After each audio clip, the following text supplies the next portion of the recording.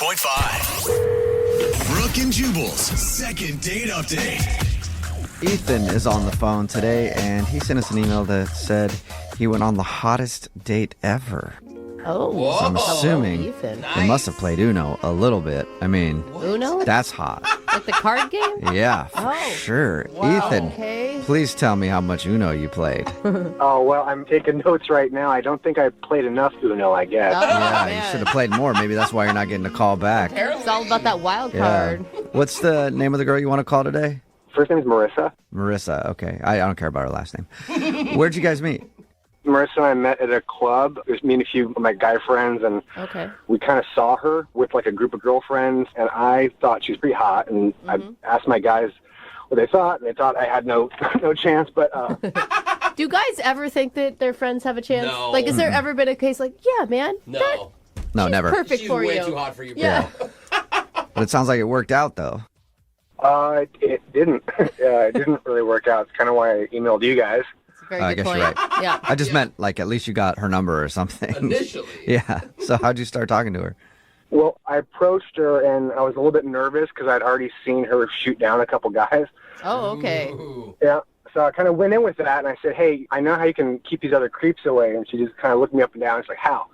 And I said, next time a guy offers to buy you a drink, just say yes, and then point at me, and then say one for my boyfriend, too. That's a good idea. That's smart. Okay. You're also trying to get free drinks out of the deal, which I like. Thank you. Thank you. And so she kind of laughed. I really left it at that. I felt good about it, walked away, and then she did it. Oh, she did? Yeah. And we looked at each other, and it was like that kind of like secret joke across a room vibe. I went back over, we laughed about it. And then so end of the night, we closed the club. I leaned over and I whispered in her ear if she wanted to go back to my place. And she said yes. Okay, sounds creepy. Whoa. The whispering part sounds creepy. I mean. But she said yes. I mean, that's a good sign. Awesome. Yeah. Note taken again. Yeah, it was a good sign. So we went back to my house, and we went in, and she was very, very nice. She really liked my house. She gave me a lot of compliments about what I've done with the place. And It's always awesome to walk into a guy's place that you met at a club and he's not sleeping on just a mattress on the floor with like some posters tacked up on the wall of women in bikinis. It's like, yeah, for sure. Yeah. So I'm sure she was like, oh my God. It's like I won the club guy lottery. It was great. I felt like I'd won the woman lottery. We were having a really good time. And so we go upstairs. I've got a couple cool rooms up there, and I start to play. I've got this beautiful baby grand piano. I play. Whoa.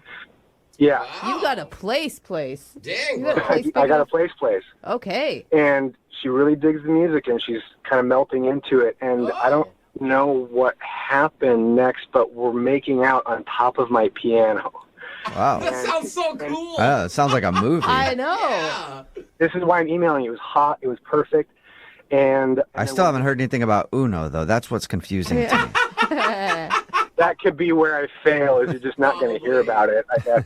Yeah, so we're making out for a bit, and then all of a sudden she's kind of like, I'm thirsty, and so I stop, and I go downstairs into the kitchen, and then I don't know what happened, but when I went back upstairs, she wasn't there. I thought we were playing hide and seek or something, so like I checked the closets and stuff, but she was like, she's gone, and that is the last I've heard of. What? Wow, so she She, just like- ditched. She disappeared. Like jumped out a window? Like you didn't hear her go out the front door? There's actually like a couple different ways out of my place. It's a big house, so I didn't notice it. Oh. Oh, Man, right. and you tried texting her, and she just didn't respond to you at all?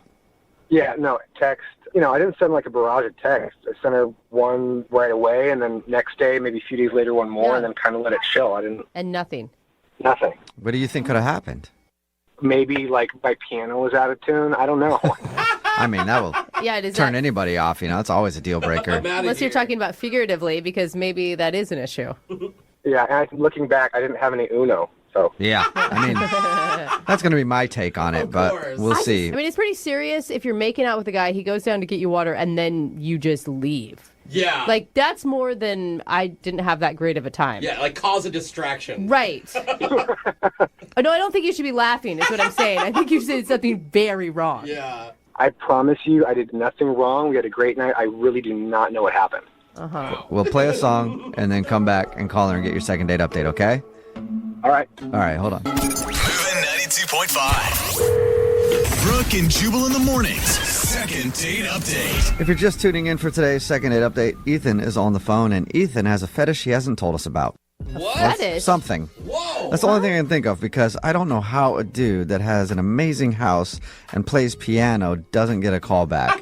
Not even doesn't get a call back, but the girl just ditches in the middle of the date. Yeah. If you missed it, Ethan met this girl, Marissa, at the club. He took her back to his place, and I guess his place is a very nice house.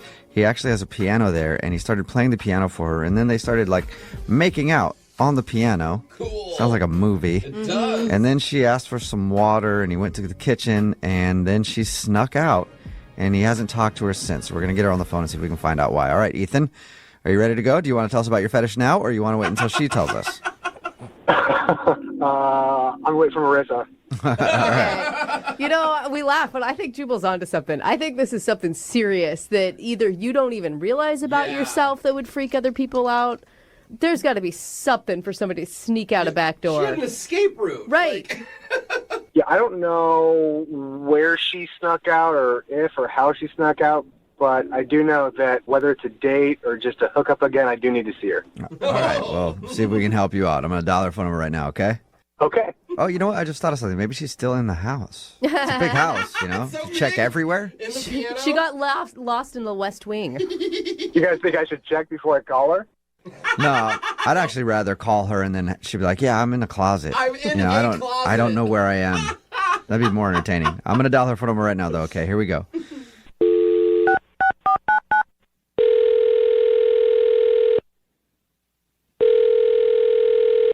Hello? Hi, is this Marissa? Yeah? Hey, Marissa, how are you? This is Jubal from the radio show Brooke and Jubal in the Morning. Excuse me, who's calling? Jubal from Brooke and Jubal in the Morning. What's this regarding? Well, do you know about the radio show at all? Have you ever heard of it? What's the name of your show? Brooke and Jubal in the Morning? Brooke and who? Jubal, that's me, Yeah. and it's a morning radio show. Okay. Okay? I'm guessing you never heard of it then. Yeah. I already answered. Okay, you answered that question for me. Not really, no, sorry. That's fine. I'm calling you today, Marissa, because we actually got an email about you from somebody who does listen to the show. Okay. His name is Ethan. Wait, he contacted you? Mm-hmm. Why? Well, because we do a segment on our show. It's called the Second Date Update. So if you go out on a date with somebody and then end up blowing them off, they can email us to get you on the phone and ask what happened. And Ethan is confused because he told us about your first date and how you guys met up and went back to his place. And then he told us that you just kind of skipped out and he hasn't been able to get a hold of you. Yeah, that was a bad night for me. Really? It was a bad night for you. Ethan described it as one of the hottest nights ever. Yeah. He told you that? That's so embarrassing. Does he have a weird fetish? What's his weird fetish? What? No. We figured. Damn. No, All right. we just figured that he did something pretty serious to make you ditch out, leave, exit somewhere Yeah. from the house without letting him know. I think anyone would have left if they were in my situation. Oh, we knew Okay, it. so Why can you is he- tell us what the situation was?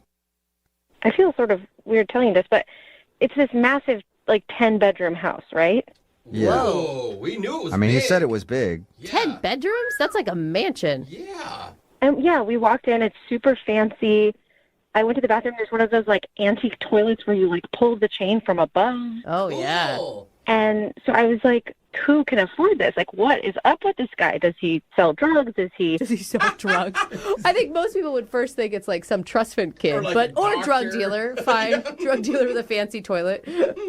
Yeah, I mean, I wasn't even sure. I was like, is he a Zuckerberg or? Yeah. He's like, I Okay. have a brother. So his house was obviously very impressive. Yeah, it was insane. Okay, so Why is that I mean, bad? that would be a positive for most people. Yeah, at that point, it was a positive. Okay. So when did it become a negative? The negative is when we were in the kitchen, he was making some food, and his parents walked in. Oh, all right. So it's not really his place. No, it's their house. Oh, okay. He didn't tell us that. Oh, dang. So he still lives at home. Yeah. Huge home. And I expected them to be like, who's this girl in here? What's going on? Yeah. But they acted totally normal. They weren't weirded out by me just being in the kitchen. What? Well, he is an adult. I mean, it's not like I hope I didn't ask. He's not 18, right? No, but, like, they were acting overly friendly. Like, they knew me. Like, I was already part of the family. Whoa. They were, like, asking about vacations and, like, offered me some juice. They're just they're like used friend. to this. Are they just super friendly, or you're saying you think he has girls over all the time? Yeah.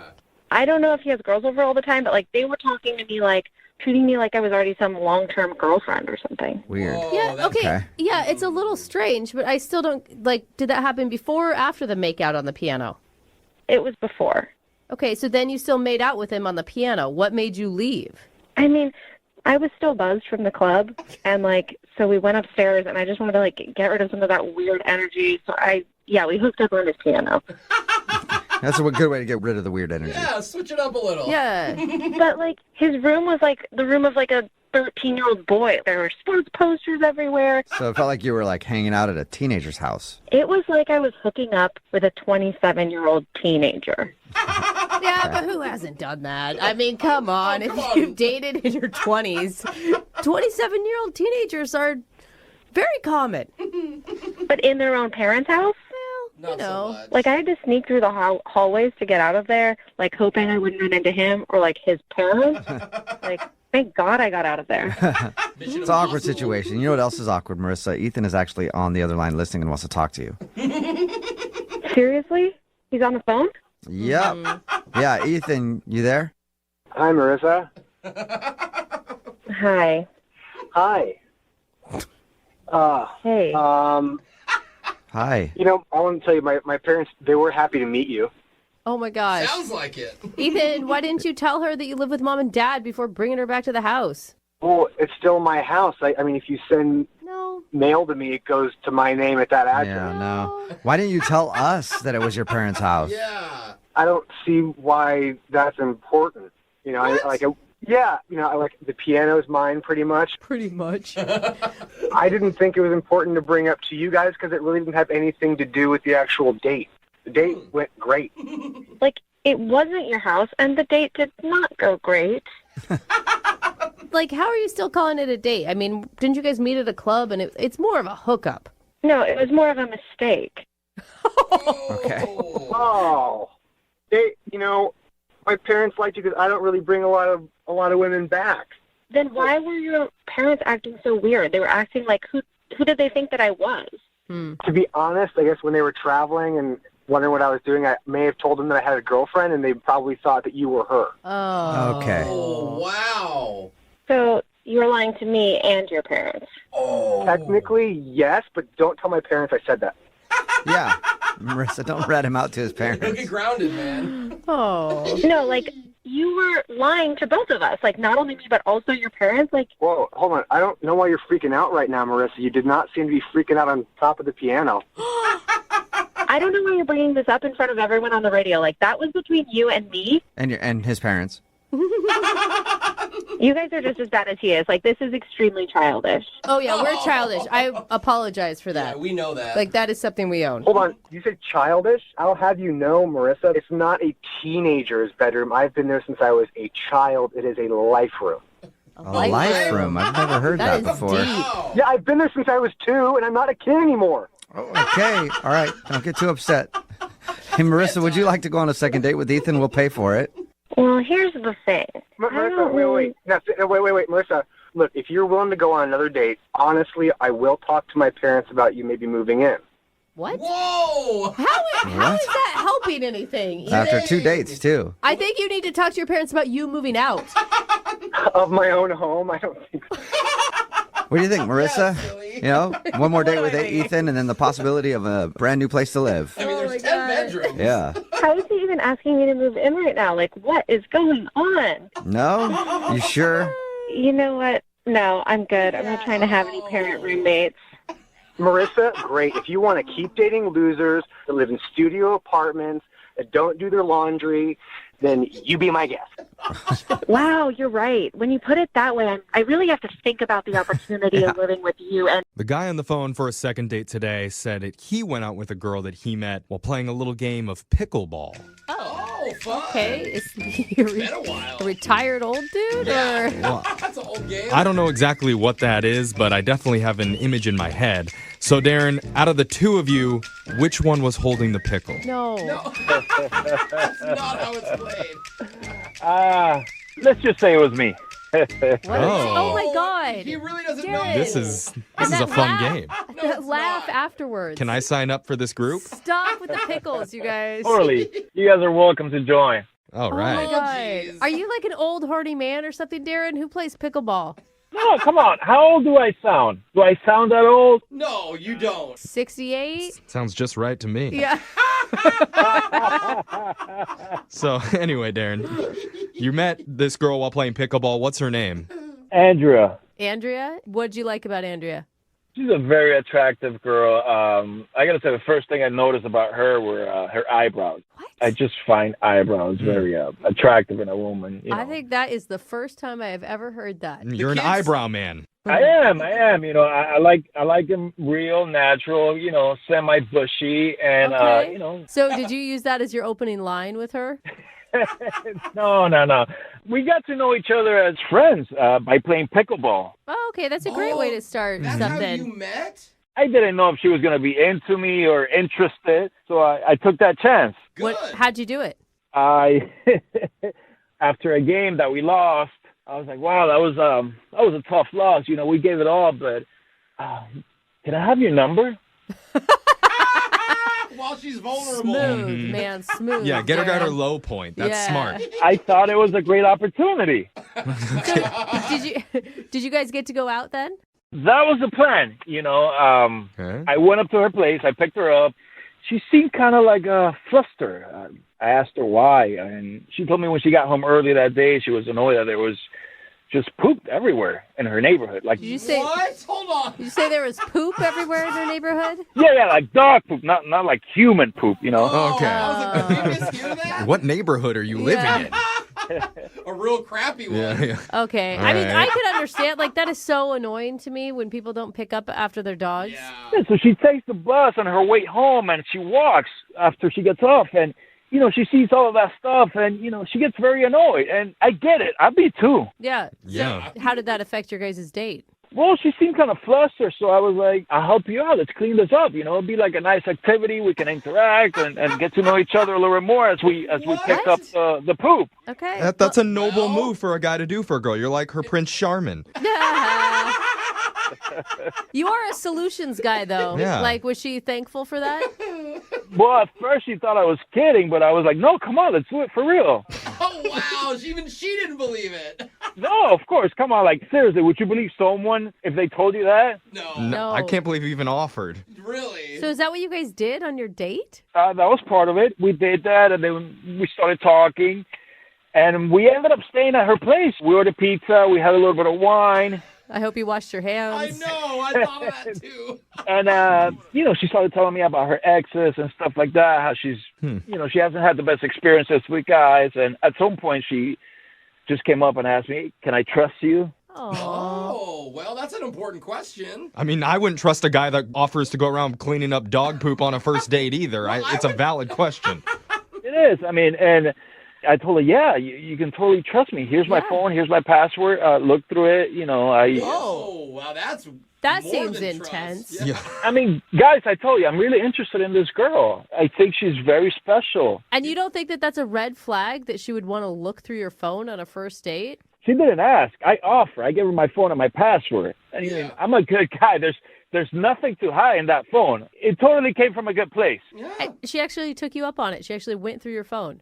She did. She went through Huh. my phone. She didn't find any red flags. This doesn't feel healthy to me Yeah, for some that's reason. weird. I understand offering, but the fact she actually did it is. So- I mean, it's not like she looked through everything. She just took a quick glimpse. You know, she was like, "Oh, who's that? Who's that?" Yeah, who's mom? Who is this mom person? Yeah, she wasn't aggressive searching my phone. Nothing like that. Okay. Okay, Okay. that's good. So you're over at her house, you're drinking, you're eating pizza, you're looking through each other's phones. Did anything else happen? I didn't get a chance to look through her phone. She just looked at mine. Oh, okay. Oh, well, that's not All very right. fair. She didn't offer, so I'm taking a leap of faith over here. Yeah. Okay. Oh. And it doesn't seem like it panned out for you because she's not calling you back. Yeah, I'm clueless at this point. I just don't understand why she won't call me back. We had a great time. I mean, for heaven's sakes, I cleaned poop for her. Yeah. Totally. I'm actually with you on this one. Yeah. Like, you were friends before, you did a good deed, and you were super vulnerable. I can tell you, I would definitely call you back if you cleaned up my poop. We're going to play a song, come back, and call Andrea for you right after this, okay? Thank you, guys. All right, hold on. Darren, I don't know if this chick deserves you. Wow, actually. Honestly, see that. if you're just tuning in for today's second date, we're on the phone with Darren, who might be the most open, selfless, accommodating man in the history of dating. Well said. He recently went out with a woman named Andrea, and for their first date, he cleaned up all the dog poop in Andrea's neighborhood. Wow. Then he let her go through his entire cell phone just to show her that he's a trustworthy guy with nothing to hide. On the first date. Yeah, not to show that she has any back issues or anything. Yeah. No luggage there. Brooke doesn't even let her husband have a cell phone. It's incredible. dumb. Now, Darren, Poor guy. have you actually seen her at your pickleball group since your date happened? Seen her about 3 times at the group, and it's kind of like she doesn't pay attention to me. Oh. Maybe she doesn't want to talk to me. So I don't know. I'm clueless at the moment, and it's been a while since I've been out with someone like that. She's so cool, and I don't know, those amazing eyebrows, and Oh, that's right. Yeah, I the forgot. eyebrows. That's what it is. But I mean, I will say it is kind of weird because they were friends before, right? For her to be totally avoiding you. I mean, it's one thing to just be like, hey, I'm not that attracted to you. It's just not going to work out. She could easily friend zone you without any problems. Yeah. yeah, no, she ghosted me. Yeah, it doesn't even seem like she wants you in the friend zone. But in his defense, it's not bad enough where she just stopped playing pickleball, right? Like, if it was she's not super bad, talking she to wouldn't- him. Yeah, that's Yeah, worse. Yeah. It's worse that they're in the same place and she won't even acknowledge him anymore. Yeah, it's worse the fact that I gotta see her, and I'm just like invisible. Yeah. All right, Darren. Well, we're going to get you some answers here. We're going to call Andrea and get your second date. Are you ready? Let's do it. Okay, here we go.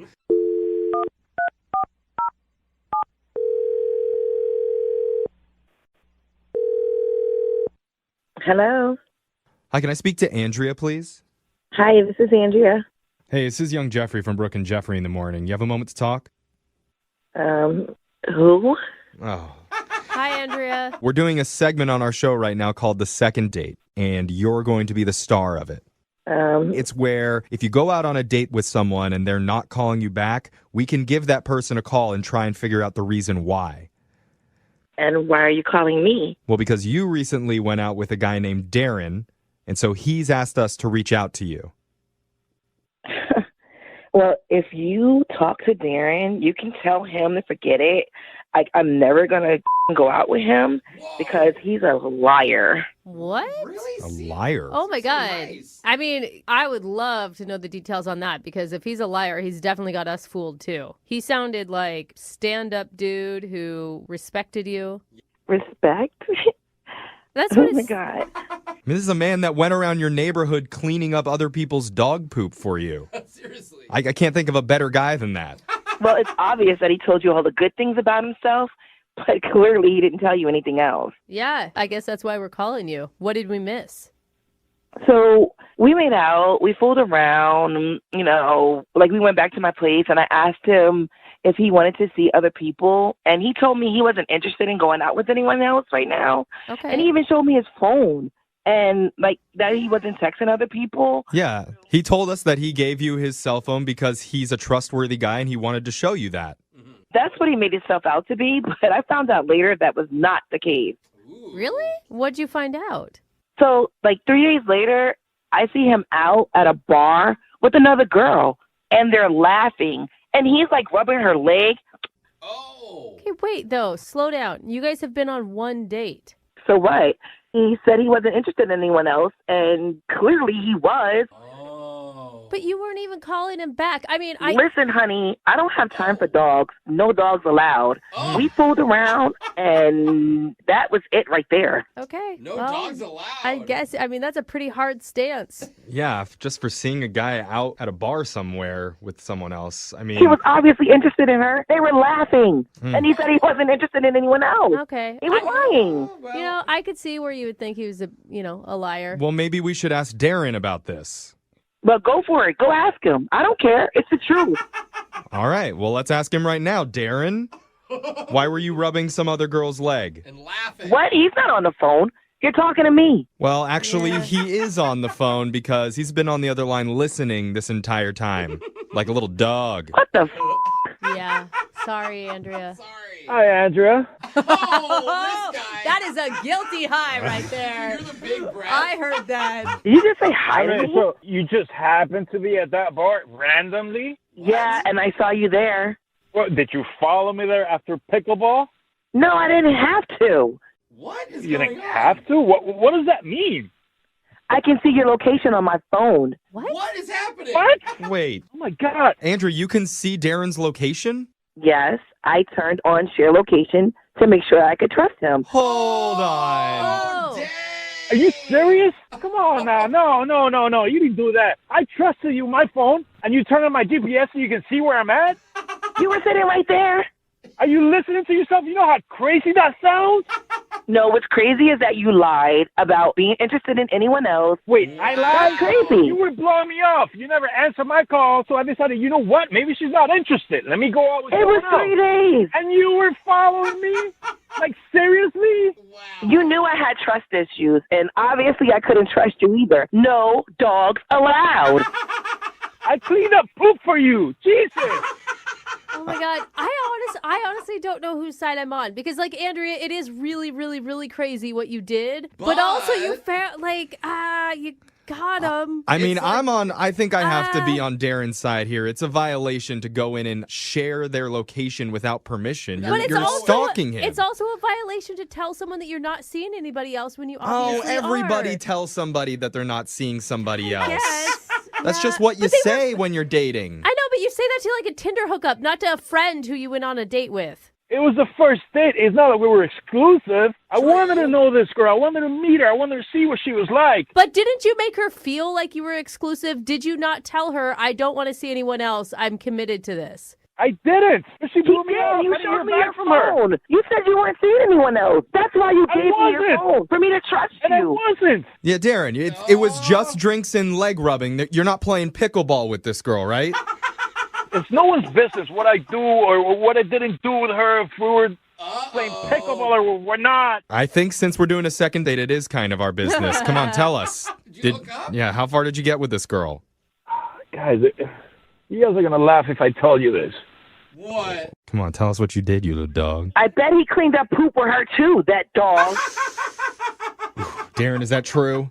It wasn't even like that. Oh. She knew about the pickleball tournament. We had a match. She fell. I rubbed her leg. Big deal. Oh, Wait, that's so now you're why. saying she had an injury on her leg and you guys were laughing over it while you rubbed it? That's, She couldn't rub it herself. Yeah. Oh, let's go have cocktails so you can rub my injury. Yeah, did she have a boo-boo on her mouth and you had to kiss it better?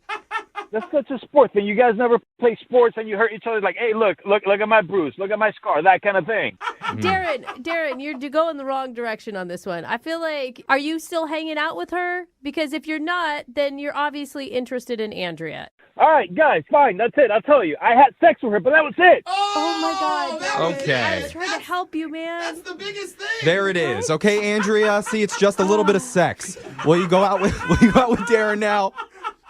I already told you.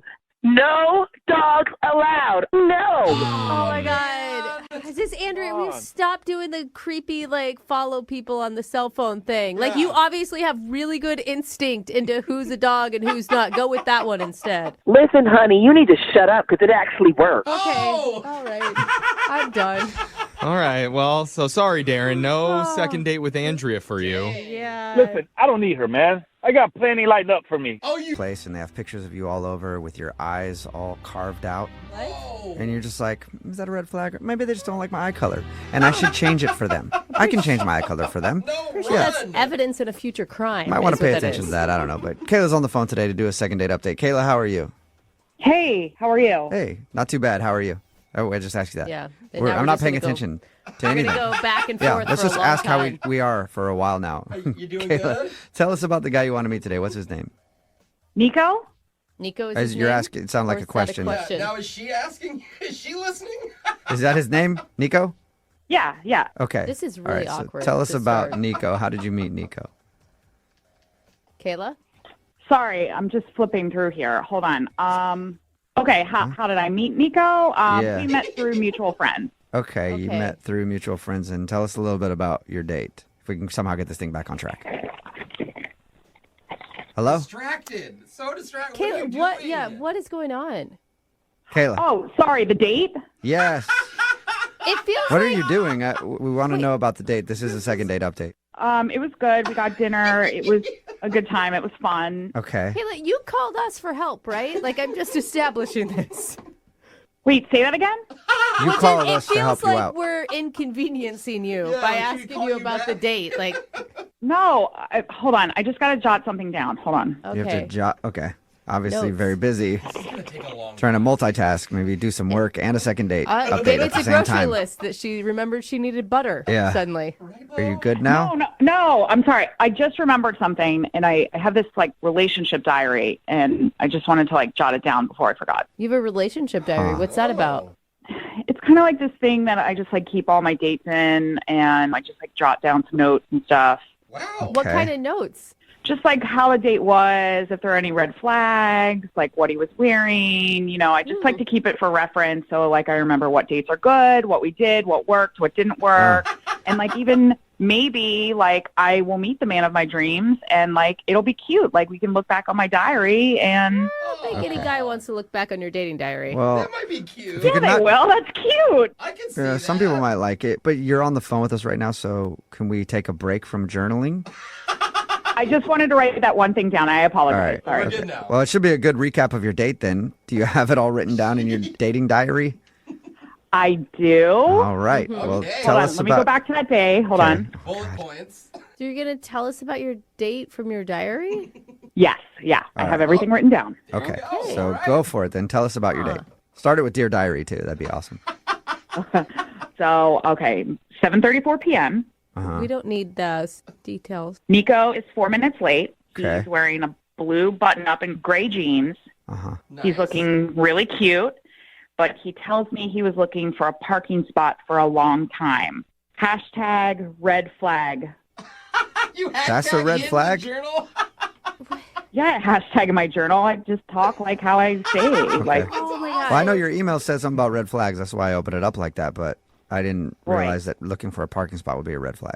so it's a red flag because, was he not prepared to come get me? And I don't know. He should have been on time. Gotcha. Okay. Okay, so what else happened on the date? This is going to be the most detailed second date update ever. Seriously. Then I go on, 7:46 p.m. He complimented me on my necklace. Uh-huh. Okay.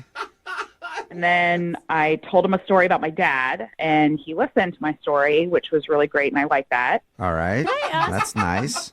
As you're writing all these times down, are you documenting it while you're on the date? Like in front of him? Sometimes I do, and sometimes, I just remember the timing because, I look at the clock and make a mental note of it, and then I go write it down later. Okay. So it's a little bit of both. So what's next? Hold on, I got to flip the page. And try to give us the important details. I don't know. You know, Right. like Yeah, she might have like 100 things written down. 7:58, I told Nico how I was a former gymnast Ooh. and to see if he had any thoughts about that. okay. What would his thoughts be? Okay, so I want to tell you, though, that was kind of like a bait situation because I'm not a gymnast. So why lied would you about tell that. him that? Well, because I want to see what their reactions are, if I'm really flexible or if I can get kinky or... Okay. Yeah, I mean, guys' minds do kind of go there when they hear about a gymnast. Like, yeah, all right, she's bendy. Yeah, totally. So That's what I thought. he didn't take the bait? I wrote down he didn't take the bait, so red flag turns pink. Got it. Red flag turned pink. Okay. So now there's different Colors. shades of red. Any other, details maybe just about how you guys bonded and stuff? Okay, yeah. 8:23 p.m., Nico gets up, walks by the hostess stand, and says something to hostess. Is he trying to pick her up, question mark? What? Why would you assume that? Not in front I want to ask him, but I don't want to come across as crazy. Yeah, I'm glad you didn't ask him I'm that. going to let you know, there may have been a little sense of crazy just because you're journaling, I'm assuming, every once in a while during your date. Like, that feels a little type A, a little controlling. Journaling is something that I've been doing for years, and I like doing it, so just back off. Like, this is just what I do, okay? Okay. Sorry. 9:21, we called it a night. Uh-huh. I wrote, he kissed my lips ever so softly, like in the movie 27 Dresses. Oh, my God. Wow. The Detailed. one with Katherine Heigl, where she's a bridesmaid over and over again? That movie? I f***ing love that movie, okay? All right. Well, then that must have been a good kiss then if it's one of your favorite movies. Wow. Always on E. I watch it whenever it's on, okay? All right. So we ended the date with a kiss. That's got to be a good thing. Could he be my new boyfriend, question mark? Stay tuned, ... See, wait, you're teasing your own dates. I like that. And hashtagging them and everything. All right. So besides the journal, all in all, was it a good date? Well, yeah, I mean, this is like one of my best dates. Oh. I mean, my other entries, you should just flip through this. I mean, it Rather has not. been horrible. Yeah. Kayla, I mean, I think that it's great that you journal. I also journal, but you sound Right. like you're taking the life out of a date. You're not, like, giving yourself a chance to really get to know somebody because you're so concerned with timelines and things that happened. Brooke, it sounds like you have a stick up your ass. So I told you this is what I do. I've been doing this for years, Yeah. and I'm not going to make changes now. You called for some help to try to figure out why this guy isn't calling you back. I'm just trying to give a little outsider input. Look, I just want to see what happened and reach him, and I don't need help with you judging me. All right. I mean, this is just a different kind of second date update than we've experienced before. I'm going to play a song, and then we'll come back and call him and get your second date update, okay? Okay, great. Okay, hang on. Moving 92.5. Brooke and Jubal in the mornings. Second date update. Dear Di, she thought that might be a red flag. And they ended the night with a kiss. She was very excited about it, but now she's not sure why he's not calling back. So we're about to get him on the phone and find out why. Kayla, are you ready? Yeah, I'm kind of nervous, though. Okay, Kayla, I know you don't want any of my theories on why this guy isn't calling you back. I just want to know what your theory is. Why do you think he's not calling you back? I mean, maybe because I was, like, too fun for him. Oh. I don't think that's Maybe. ever been the case for anybody, but maybe. No, that day was awesome if we didn't have so much fun. Yeah, You too know? much fun. Well, we'll find out. I'm going to give him a call right now, okay? Okay, I don't know what it is, so this could be interesting. All right, here we go.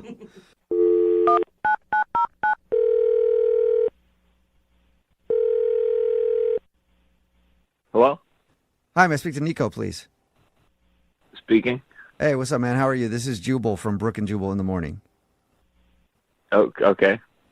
Hi, Nico. You know what that is? I don't think so. Okay, I'll tell you. Brooke and Jubal in the morning, it's a radio show. Okay. Okay? Not a lot phases you, it sounds like. Yeah, he's not caring. You get calls from radio stations all the time? No, I'm just confused. Okay. Maybe he just has the same emotional range that you have, Jubal. Possible. Hey, Nico, I'm calling you today because we got an email about you from somebody that listens to our show. Oh, well, what did it say? Well, it said some very nice things. We do a segment on our show called the Second Date Update. It's where if you go out on a date with somebody and then don't call them back after, they can email us to get you on the phone to try to figure out what happened. And you recently went out with a girl named Kayla. Oh, yes, I did. Yeah. Yes, I did. Well, Kayla emailed us because she said that she thought the date went great, but now you're not calling her back, and she wants to know She why. said the date went great. Yeah. Yeah, was she wrong about that? I just can't believe she remembers the date. She was on the phone the whole time. What? She was on her phone the whole time, you said? Oh, yeah. I mean, like, the whole date. She wasn't calling anybody, but she was, like, texting, I assume. Okay. I mean, it wasn't just, like, looking. It was, like, typing constantly. I mean, I don't know if she was texting, like, a different guy or setting up, like, a date after mine or what, but it was distracting. Yeah. Couldn't get a conversation in at all. It was rude. All right. Ah, it sounds like it. Yeah, I mean, we talked to her about your date. She said that she actually had a great time and thought it was one of the best dates she's had. That's impossible. I mean, she was. I mean, like the whole time she was typing. It was so weird. I think the weirdest part. So I thought, like, okay, well, this was a bust. She must have seen me wasn't into me, doing something else. But then walking back to the car, she just like, I mean, out of nowhere, just kissed me. Oh, she kissed you. She kissed me. What did you think about that? I was shocked. I'm shocked. Like, I wasn't even going to go for a kiss or even a hug. I thought this was going to be like a peace, whatever. Yeah. And all of a sudden she just like lunges at me, and I'm not going to say no. Of course. But I was just kind of like a mannequin, just kind of still let her do her thing. She thought the kiss was great. She told us about that. She also thought that you kissed her. Oh, that's impossible since I was stationary. Okay. I mean, if she hadn't been on her phone, were you attracted to her? Yeah, she's definitely cute, but like all I really saw was her forehead because she was bent over texting the whole time. Looking at her phone the whole time. All right. Oh my God, your self-restraint that you didn't say anything on the date. I feel like I at some point would have been like, hey, can you put the phone away? Eyes up here. I'm just not that type of person. If that's your thing, you know, I'm not going to make a big deal about it. You do your thing, I'll eat this hamburger. So basically your date was you hanging out with someone who was on their phone the whole time. Yeah. And then you were sexually assaulted after which she kissed you. You didn't know. I wouldn't say that, but it was aggressive. All right. Well, thanks for telling us why you don't want to call her back. I also should tell you this, though. She's actually on the other line listening and wants to talk to you. Wait, what? No. Yeah. Did she hear what I just said? Unless she was buried in her phone again, texting or something. I don't know. Kayla, are you still there? Oh. Yeah, Nico, I loved hanging out with you. I was so interested in the date. I really liked you. How can you say that? You were typing the whole time. That's because I was taking notes about the date on my phone, so then I can transfer it into my relationship diary when I get home. Wait. That is so much right now. That's a lot. Wait, I'm very confused. What do you mean you were taking, like, notes? It's what I do. Every time I go on a date, I have this relationship diary because I want to write down, like, red flags and pluses and minuses about the dates and details so that way I can remember things. Why? Do you have memory problems or something? No, I just think it'll be really cute to, like, one day look back on it all and reminisce about everything. So you thought she was being super rude, Nico. She was actually super listening to you. That's true, Yeah, but that's not normal. I've never gone on a date and the next day been like, oh, did I have a good time on that date? I should have written it down. And Kayla, I mean, you're listening, but you're not hearing what he's saying. Like, he thought you weren't into him because your face was buried into your phone screen the entire time. Don't you see that as a problem? Brooke, back off. I'm talking to him about this, not you. I don't know why you just keep interrupting me. It's really pissing me off. Like, I'm trying to get this across to him that, Nico, I really like you. Okay. I guess that makes sense in a way. Nico, I'll prove it to you. Here, the next thing, 8:35. You had showed me those pictures of your family, and I noted that your brothers are hot and that you guys have really good genes. Oh, my God. That is so weird. That is so weird. I wanted to take note that, like, you are a good person to have babies with. Oh, there you go. God. Wow. Sorry, thinking about babies. That fast forwarded real quick. You guys don't understand. These are things that everybody thinks of on a date, and, like, I'm just writing them down. I'm writing down the thoughts that everybody's thinking of anyway. That's the only difference. Don't you understand? Nico, you understand, right? Don't you understand? No, none of this makes sense to me. First, why are you saying my brothers are hot? Why are you saying you want to have babies with me? I mean, I don't even think we made eye contact this entire date. Nico, you are taking this way out of context. Like, I'm documenting this because one day you're going to appreciate all the details that I've put down here in this diary, and you're going to look back on it and be like, wow, she's awesome that she wrote all this down and that she did that, and we can look at this together. There you go. Yeah, what do you think, Nico? You want a second date with Kayla? We'll pay for it. Go on a second date, make some babies. A second date? Yeah. How do you, I mean, so she can finish this novel she's writing about our this is the weirdest thing. If it makes you feel better, Nico, it's not just about you. She does it for every date she goes on. Yeah. That makes it even worse. It's like a serial killer. I'm scared, frankly. I'm worried. Okay, that seems a little... Come on, Nico, that's not fair. And Brooke, you are not helping things. What do you think, Nico? I'm trying. Will you go out with her one more time? Brooke is the only one making sense right now. I wish Brooke had been there on the date to tell you to get out of your phone. Fine, I won't even bring my phone on the next date. Are you happy? There you go, Nico. Are you going to take notes with like a pen and paper instead? Or Yeah, whatever. I'll just write it down. I won't use my phone at all. I'll use the napkin next to me. God. Yeah, so take notes the old-fashioned way, Nico. Would you go on a second date with her? We'll pay for it. Look, I think you're very attractive and... Shut up. I know what you're trying to do. And, like, it's not. You're just sugarcoating it, and this is bull. And, like, just get to the point. I think that your intentions are sweet, but what you're doing... Nico, I'd get to the point before she stabs you. I think what he's trying to get at is a no. Is that a no, Nico? It's a no. Yeah, that's a hard no. It's a hard no. Kayla, did you learn anything from this experience? The only thing I learned here, Brooke, was not to trust you with anything. I mean, Jesus. Whoa. You have done nothing for me. well, I'm trying to help you, I swear. sorry, Kayla. No second date. I hate your show, especially when Brooke's on. I'm never listening again. All right, well, but can I read? I want to read your journal sometime. Can I just read it? No, you, Jubal. Okay. Bye, Kayla. Yeah. You sarcastic piece of shit. I actually wasn't being sarcastic. I really do want to read it. Whatever. Jubal, I'll give you like... Moving 92.5. Brooke and Jubal's second date update. The guy on the phone for a second date update today is a bit of a ladies' man. Oh. He spent his first date with 2 women. Nice. Really? Yeah. Work. That's impressive. One of them is named Jamie, and she's not calling him back now. The other is a hot little side piece he likes to call Mama. Yeah, he went out on a date with his mom What and are you another girl. talking about? I'll let him explain it. Ben, how you doing?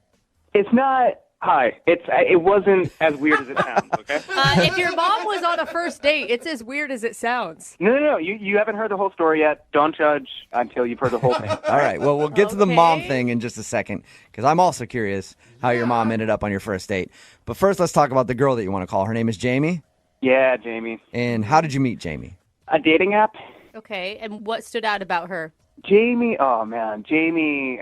She has this like curly blonde hair and like beautiful like tan like skin like chocolate like beautiful milky tan. I don't know why, Ben, but your description of her is creeping me out. It's weird. Why is it creeping you out? I mean, I know tan skin, blonde hair, but the way you say it, it just sounds like you want to make like luggage out of her I thought skin. he was being nice.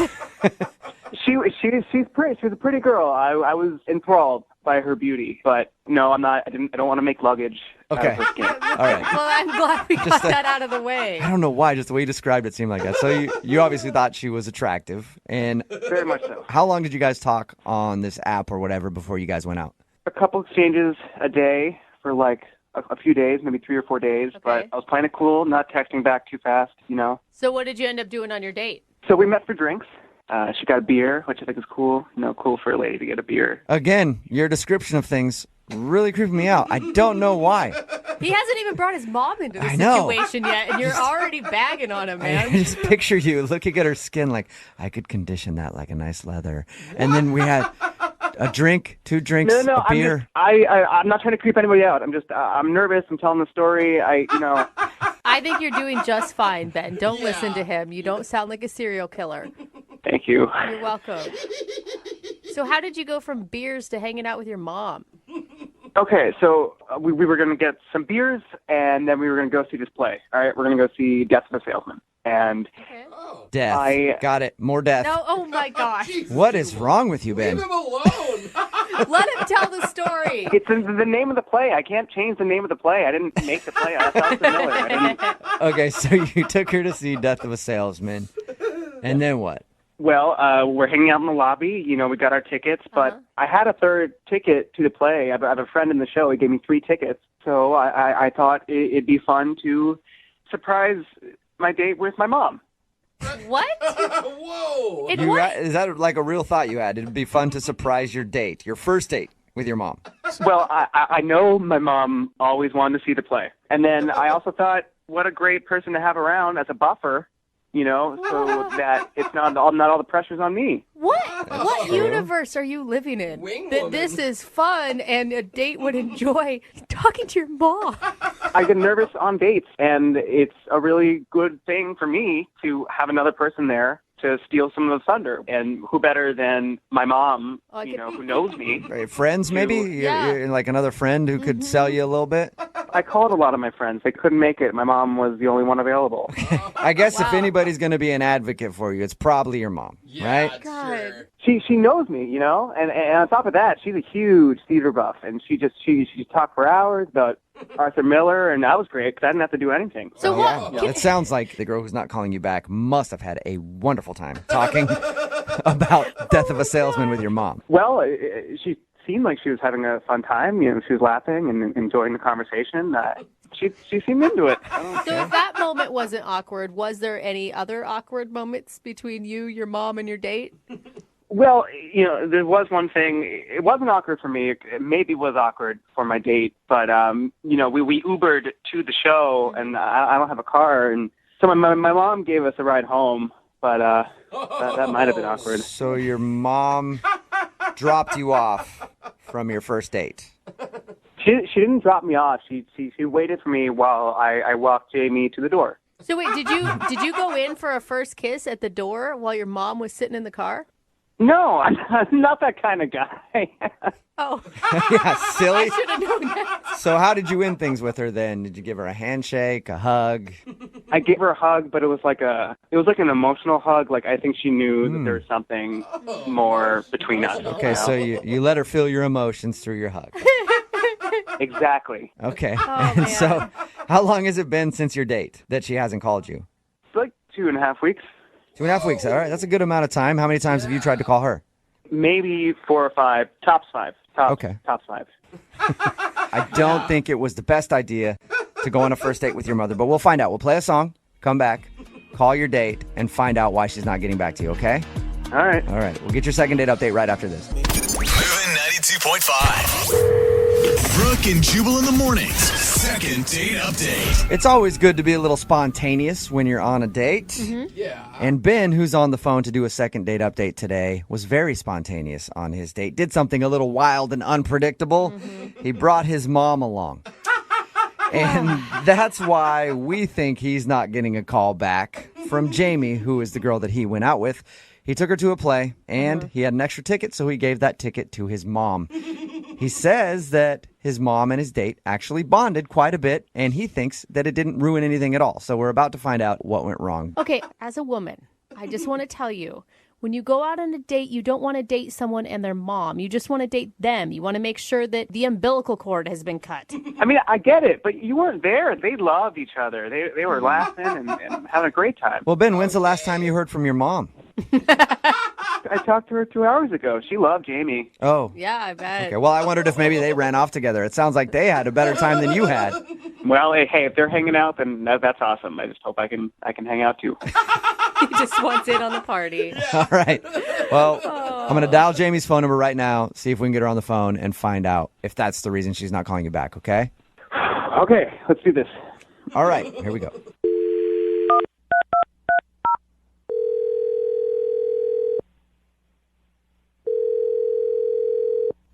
Hello. Hi, I was looking for Jamie. This is Jamie. Hi, Jamie. This is Jubal from Brooke and Jubal in the Morning. What? This is Jubal from Brooke and Jubal in the Morning. Okay. Do you know what that is? You guys are the radio show? Yes, that's it. Oh, my God. Awesome. Most of the time when I call people, they have no idea who I am. No, I mean, I've heard of you. Awesome. That's good. Well, the reason I'm calling today is you recently went out on a date with one of our listeners. Oh. His name is Ben. Oh. Okay. Not as And much laughter. Ben told us a little bit about your date. He said that he liked you a lot, but he can't figure out why it's been 2.5 weeks and you haven't returned any of his phone calls. Oh, my God. Okay. I don't know what to say. Well, you could start off by maybe telling us if you liked him. Yeah, I mean, he was really, really nice. He was a nice guy. So you did like him. Let me ask you a more important question. What'd you think of his mom? Oh my God. Oh my God. How do you know that? Well, because Ben talked to us about your date. He told us how you guys went out for drinks and then went to go see a play, and his mom showed up before the play and then joined you guys on the date. And not only that, but dropped you off apparently at the end of the evening too. That is romance. Oh, wow. What did you think when his mom walked into the lobby of the theater? It was really weird. Okay, I can't so even imagine. you're on the same page as we are Yeah. then. Because we tried to explain to him that's a strange move to do on a first date. And he was like, no, I swear, my mom and her hit it off. She thought it was great. She had a wonderful time. Actually, that part was totally true. Really? It was weird at first. What? It was weird at first. It was totally weird at first, but she was actually really, really cool. I'm really into theater, and she knows so much about theater and theater history, and she was like telling me all these stories. And So you actually enjoyed your time with his mother. I really did. All right. Well, if you enjoyed his mom so much, why aren't you calling him back for another date? I mean, that could be your mother-in-law if you play your cards right. I don't think that I should say. Dude, I mean, we have to know. If it wasn't the mom, what could it be? Oh God. I don't want to hurt his feelings. I think he's actually pretty resilient. We poked fun at him pretty hard when we talked to him, and he seemed to take it pretty well. Yeah. I don't know. It sounds pretty bad to me. Well, here's the thing, right? Whenever somebody signs up to do one of these second date updates, we let them know that they might hear something they don't want to, right? Mm-hmm. So Ben is willing to hear whatever news it is that you have to say. We'll clean it up a little bit when we talk to him, sugarcoat it if we need to. But if you can just tell us what it is, at least he will know. Yeah.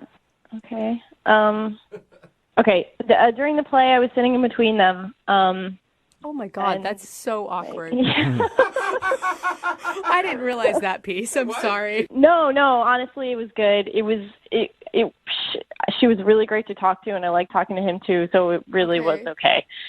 But about halfway through the play, she was whispering to me about the play and stuff, and then she said there was an actor in the play, the one that I guess got Ben the tickets, and he was, really cute, and Ben's mom was talking about him and commenting on it, and she said she thought we would, really hit it off. What? And that she wanted to set me up with Ben's friend. What? Wait a second. Hold up. His mom is trying to set you up with somebody other than him? On a date? Yeah. What? Why would she do that? That is awful. I mean, I was a little surprised that she said that. I even said that I am on a date with your son. But she said, I know, but I've met this guy. He's really, really hot, and he's got a great personality. And she said after the show, she would take me backstage and introduce me to him. Oh my God. I think his mom's trying to live vicariously through you, hoping that you'll hook up with this dude. No, I didn't go backstage. I didn't meet him after the show, but at the end of the night, she gave me his phone number.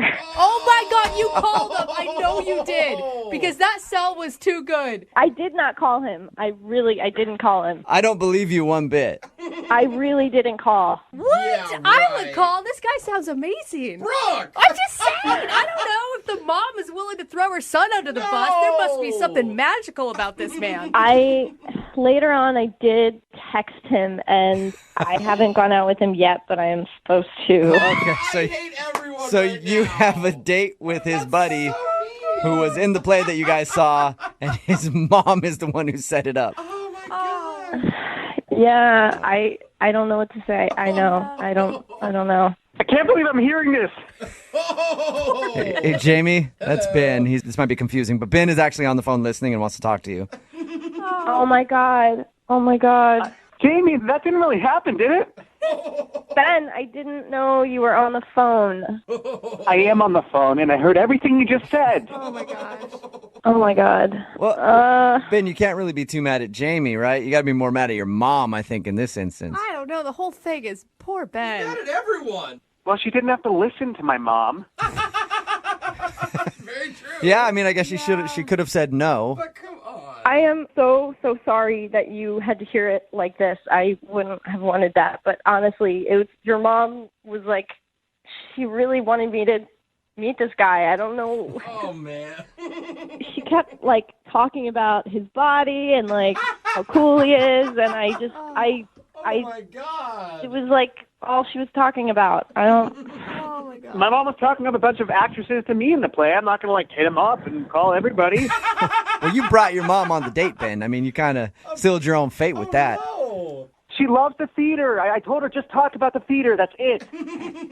Well, she really was. She was talking about that actor. I'm sorry. Oh, my God. And he's a good friend of mine. Oh, Ben. Jeez. Ben, you can't win at all in this. I really don't know what to say. I'm really sorry, Ben. I mean, I am going out with him, but if it doesn't work out, who knows? Oh, well, there you go, Jamie. Ben. Hey, Ben. Well, I guess, Jamie, would you like to go out on a second date with Ben? We will pay for it. Come on, Jamie. He was your first pick. You can put this other guy off until after you do one more date. Give Ben the chance. Honestly, at this point, I think I'm going to go with the hot actor. Sorry. What? Come on! I'm really sorry, Ben. I want to see where this goes. Your mom was very confident that it was the right move. I cannot believe this happened. I'm so pissed at my mom. Yeah. It seems like you need to have conversations with a few people, Ben. Brooke and Jubal in the morning. Text in at 78592 said the only winner in that second date update was the mom. It's Brooke and Jubal in the morning. Talking about today's second date update, this guy Ben wanted to call a girl named Jamie to try to figure out why she wasn't calling him back after they went on a date to the theater. And they actually went on the date to the theater, and his mom came along because he's good friends with his mom. She likes the theater. He had an extra ticket. Yeah. Kind of weird to take a first date out with your mother. But the real reason she wasn't calling back was because the mom was trying to hook her up with the dude that was in the play, who both her and her son knew. She's like, yeah, my son's cool, but what about the guy in the play? He's hot, right?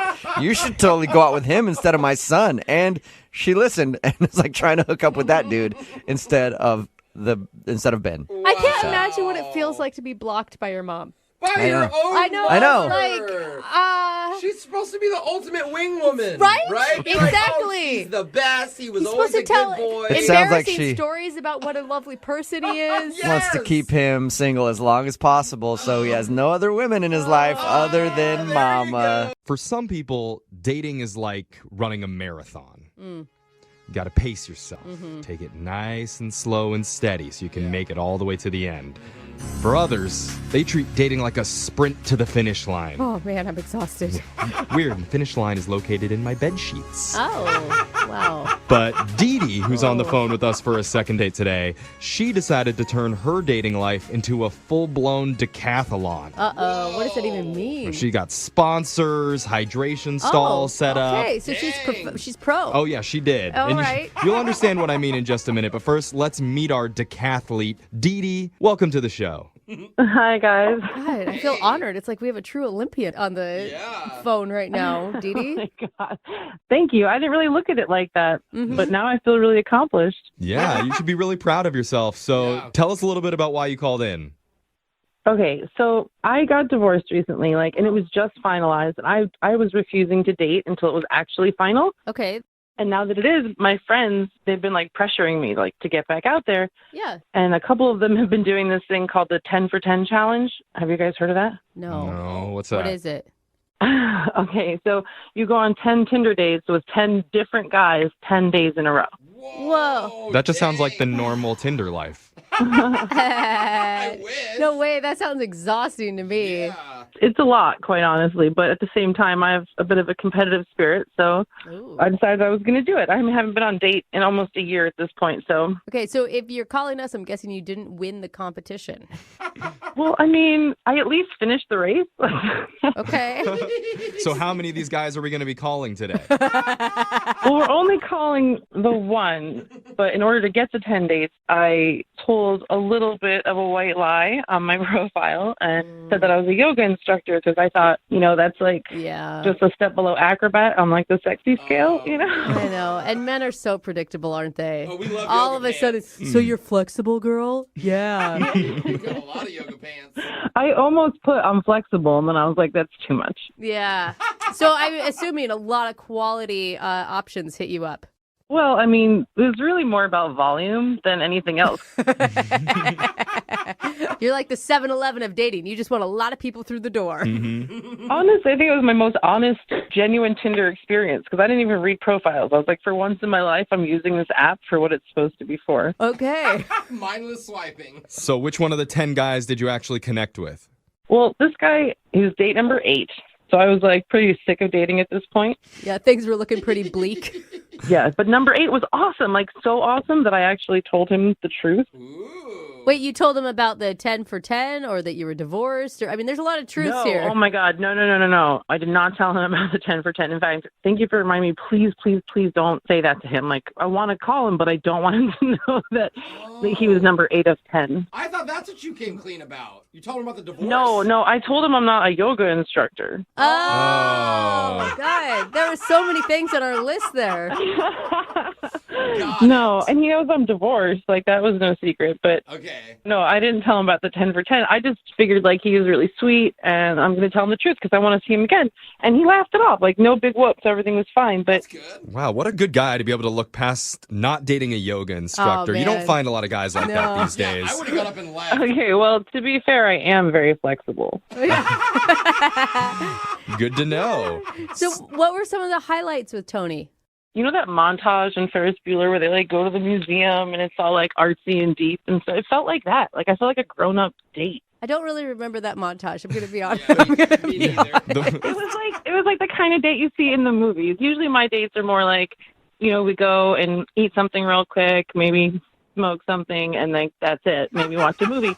But this was like a date. Like you were looking at art. So did you go to museums then? Is that what you're saying?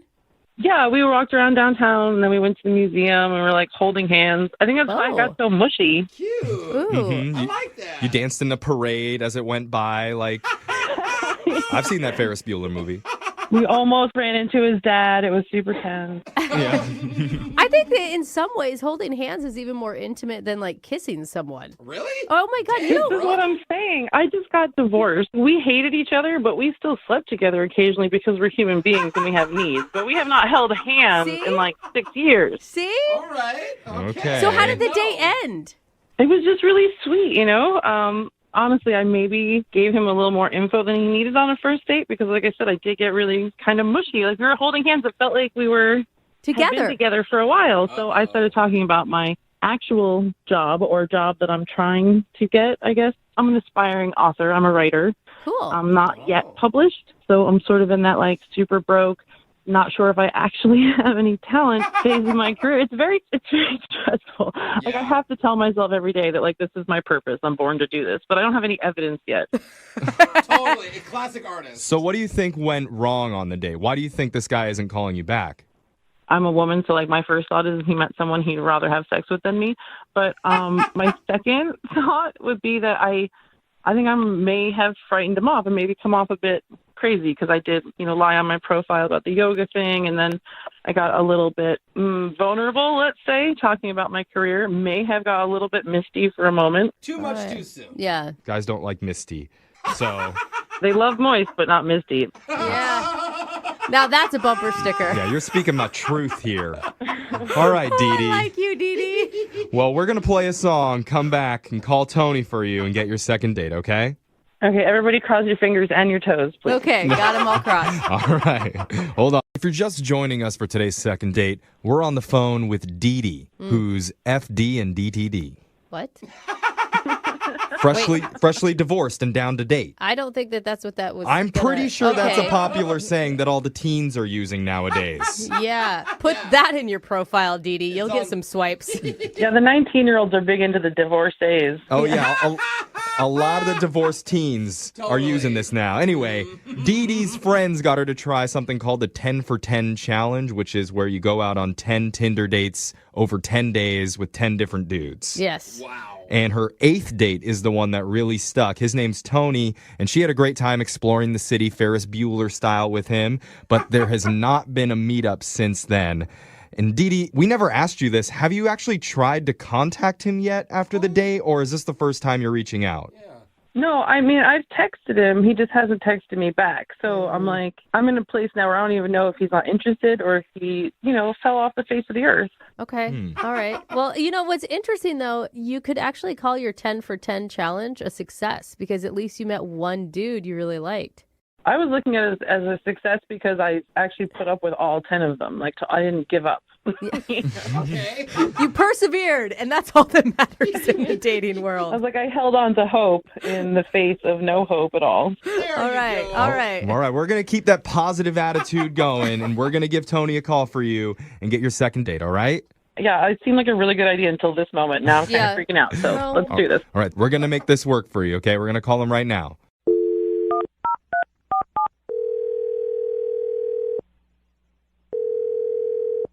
Hello? Hi, can I speak to Tony, please? Speaking.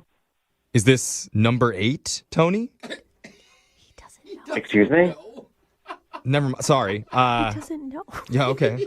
So, Tony, this is young Jeffrey from the radio show Brooke and Jeffrey in the Morning.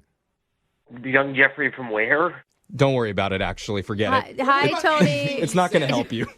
Everything Jeffrey's saying is confusing. We're a radio show. Yes. Why are you a radio show and why are you calling me? We were hired by some people that make a while bad ago. decisions. Yeah. Don't ask us why we're a show. We don't have a good answer for you. But barely a show. The reason that we're calling you is because we're doing something called the second date. Have you ever heard of that before? No, I have not. Well, we're about to turn you into a listener. What are we talking about? Yeah. We're talking about the second date. That's where if you go out on a date with someone and they're not calling you back, you can reach out to us to try and figure out why that is. So we're calling on behalf of a woman named Dee Dee. Dee Dee. Oh, okay. Yes, okay. So I'm on the radio right now. Yeah. Yeah. But more importantly, you went out with Dee Dee maybe a week or so ago. And she really likes you and she wants to know why you haven't gotten in touch with her since then. So she had a radio show call me. Well, you weren't answering her text messages. Yeah. Well, that's none of your business. Well, true. We're not trying to pry or anything. Dee Dee just feels like you guys had a real connection and your date sounded pretty awesome.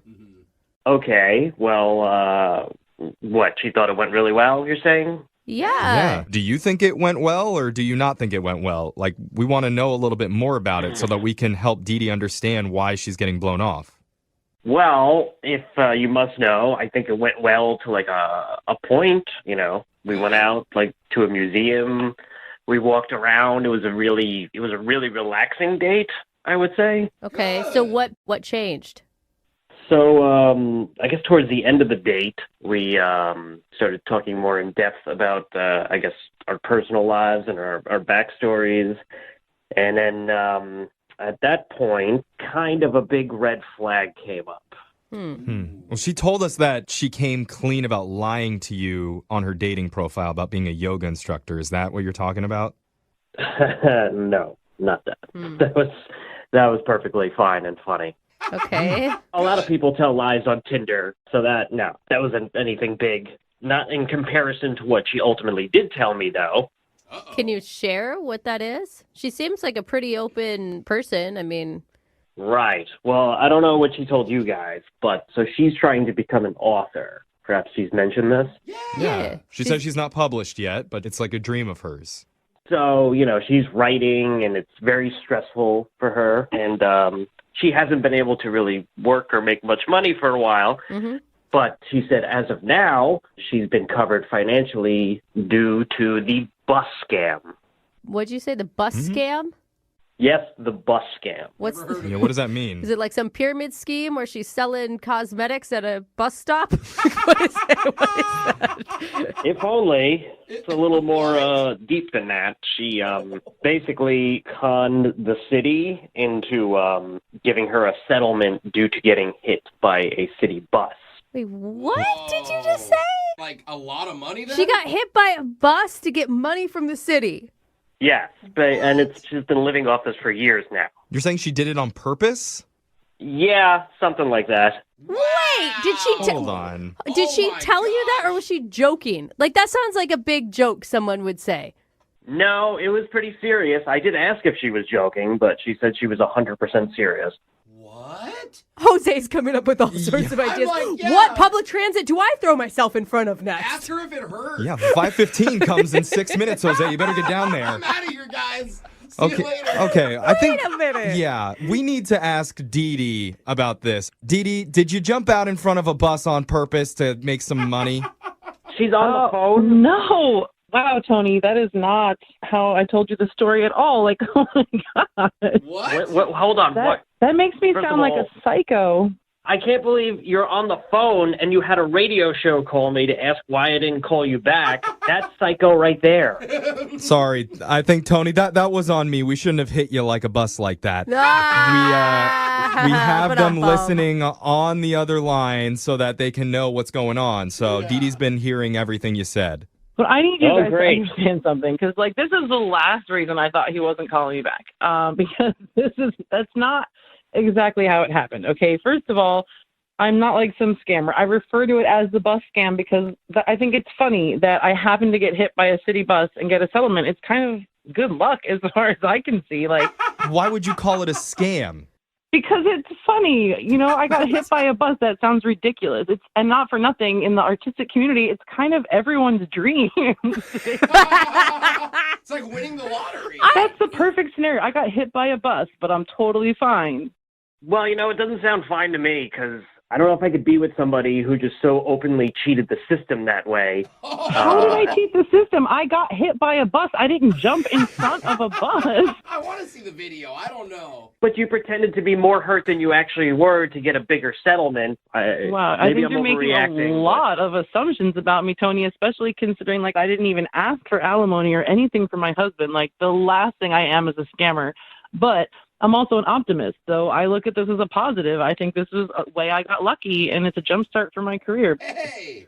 Well, it's sort of different from the way you told it to me when we were out on a date, how you saw the bus coming and you kind of leaned into it. What? Well, I was being flippant. I was bragging about getting hit by a bus, for heaven's sake. Oh, really? But did you lean into it or did you not? So, like, what's the true story now? Yeah, it's like she like Supermaned the bus. Yeah. Like, tried to stop it with her shoulder. You lean into a baseball, not a bus. Honestly, I'm really glad that we did call him because I'm like, Tony on the phone on the radio is so different from Tony in the museum. I think you could say the same about Well, you, I'm not awful sandbagged on the radio, so sorry about that. So wait, Dee Dee, are you not interested in him anymore because he's accusing you of being a bus scammer? I can't believe he thinks that I would purposely get hit by a bus. Like, I only think you purposely got hit by a bus because you told me that you purposely got hit by a bus. I was exaggerating. Come on. I'm a writer. Oh my God, it's hyperbole, for heaven's sake. Tony, were you in the middle of writing when you got hit? Well, maybe that's why she wasn't looking both ways. Her head was down in her paper. Oh, come on. Tony, this is a positive thing. Like, I see this as an opportunity for like a romantic love story. You guys could be the next Bonnie and Clyde, scamming city buses across the country, taking home millions. Tony, think about it. I see this as two people who hate each other currently. Honestly, if it were reversed, I would be dating him just for the story. Like, this is a really good story. It is, Tony, so you should really consider it, and if you say yes to going out on a second date, we will pay for it. Not just the dinner, but the bus fare, too. No, because then we're accomplices. Yeah, it's like a date scam now. She's scamming everybody. Yeah, not at this time. It was really nice. Brooke and Jubal's second date update. Remember, if you want a second date update, all you have to do is email us, brookandjubal@moving925.com, and we will call the person that didn't call you back. I love going through the emails, especially when I get one like this that says, Jubal, I don't want a second date. I just want to know what happened. I actually hate him. Oh, wow. What? That's the email we got from Alyssa, who wants to get a second date update today. Alyssa, how are you? Hi, I'm good. Alyssa, you've got to explain that subject line. You hate this guy? Did you hate him from the beginning of the date or at the end? At the end. Tell us about the date. Well, I met him online on Facebook, and we went to this dinner dancing place in Tacoma Uh-huh. because I wanted to do an activity. I was pretty kind of nervous, and I didn't want to like just talk and have it be awkward or anything. So did you ask him out, is what you're saying? You're the one that set all this up? Yeah, I kind of did, but it was mutual. You know, but I told him, like, I wanted to go dancing. So you went dancing?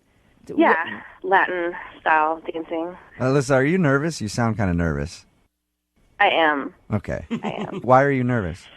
Well, I've heard you guys do these shows before, and obviously, you know, it's obviously might be embarrassing. For you. So you're not sure if you're going to be embarrassed for this whole thing? Yeah, that might be hard to hear. Okay. So, Alyssa, how did the date end? What happened? Like, toward the end of the night, he went to the restroom, and it had been, like, at least 15, maybe even 20 minutes. And I was kind of worried. And I had one of the waiters, the male waiters, go to check on the restroom. And then the waiter admitted to me that he had helped sneak Kai out. Really? What? He left you on your date at a dance club? No wonder you said you hate him. And it was like a couples dance club. This wasn't like booty shaking, right? This is like salsa. It was not like not a nightclub. So what'd you do after you realized that he bounced on you? Well, I was embarrassed. I was kind of mortified, and I was sort of like confused at this guy that had snuck him out. Like, why would you do that? Did Kai send you a text message or contact you at all to explain himself? No. Have you tried to get a hold of him? I did, like, twice. I tried to play the concerned card, I guess, and then didn't hear back from him. Uh-huh. And also, I feel like it was pretty rude what he did. Yeah. Yeah. What happened in the last 10 minutes before he excused himself to go to the bathroom? I guess I had told him that I had been married and then divorced before, maybe. And that's all you can think of? Like there was nothing? I mean... Maybe there was like an emergency or something that happened? Like... Well, that's the reason why I ended up texting him just twice, like... Yeah, usually if there's an emergency, they'll let you know what happened and not just leave and never talk to you. Tip some waiter to sneak you out the back. Do you think he was on the same caliber as you, like dating-wise? Like, I don't know, as hot as you or... Oh.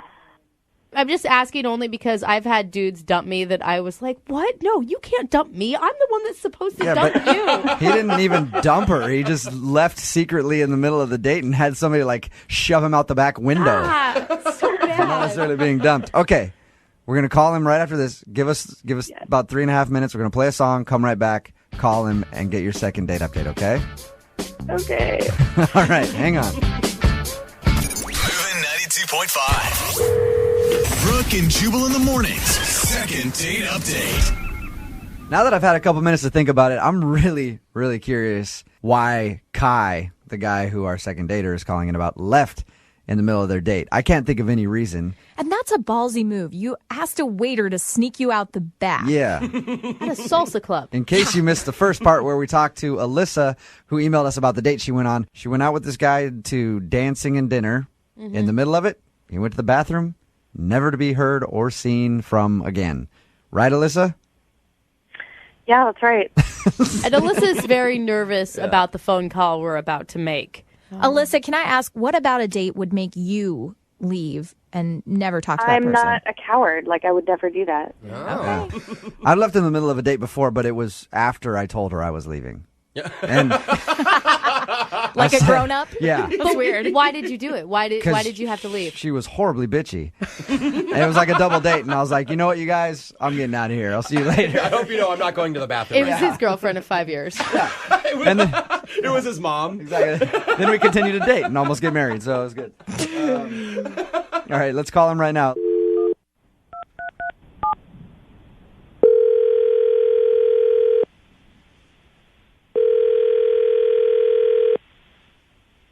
Hello? Can I speak to Kai, please? Yeah, this is Kai. Hey, what's up, man? This is Jubal from Brooke and Jubal in the morning. I'm moving 92.5. How are you? What? My name is Jubal from Brooke and Jubal in the morning on the radio station Moving 92.5. How's it going? No, this is a joke. Who is this? No, it's not, man. This is Jubal. Really? Yeah. Jubal from... Oh, you from the morning... Oh, Did I wake you up? no. I just got up. Okay. Oh, whoa. Wow. Wow. I actually wanted to call to ask you a question about a mutual friend that we have. If you got a second. Yeah, that's cool, man. Oh my gosh, this is the morning show. I hear like the end of your show sometimes. Yeah, I can tell you're not up that early, Kai. I'll just cut to the chase here. You went out on a date a little while ago with a girl named Alyssa. Do you remember that? Who? Alyssa.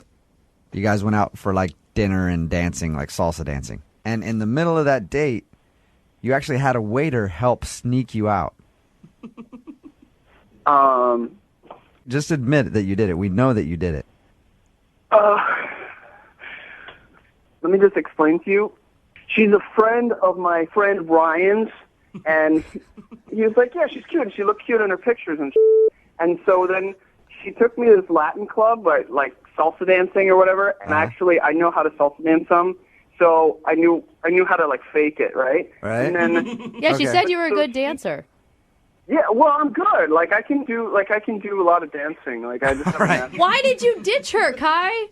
Just listen. So she's like real quiet and stuff, but she's got this like fierce. Like when we were dancing, she was like, it was a good time and it was like a romantic time. She went to kiss me. Okay, I'm cool with that. Like I'm totally cool with making out on the first date. Okay. But then she bit my lip, like grabbed my lip like really hard, and it hurt.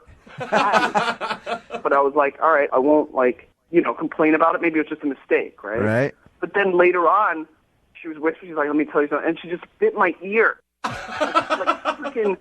She really put her teeth and sunk them in, like it was on purpose. So she was a biter. She's got this weird thing about eating people. So she was a biter, and that scared you off? Of course, that's like holy shit. It's like crazy. Alyssa. Yes. Kai, Alyssa's on the phone with us right now. Hi, Kai. You didn't tell me she was on the phone. I did nibble on his ear, totally. But, like, are you kidding me that you got scared for your life, that you ran out of there?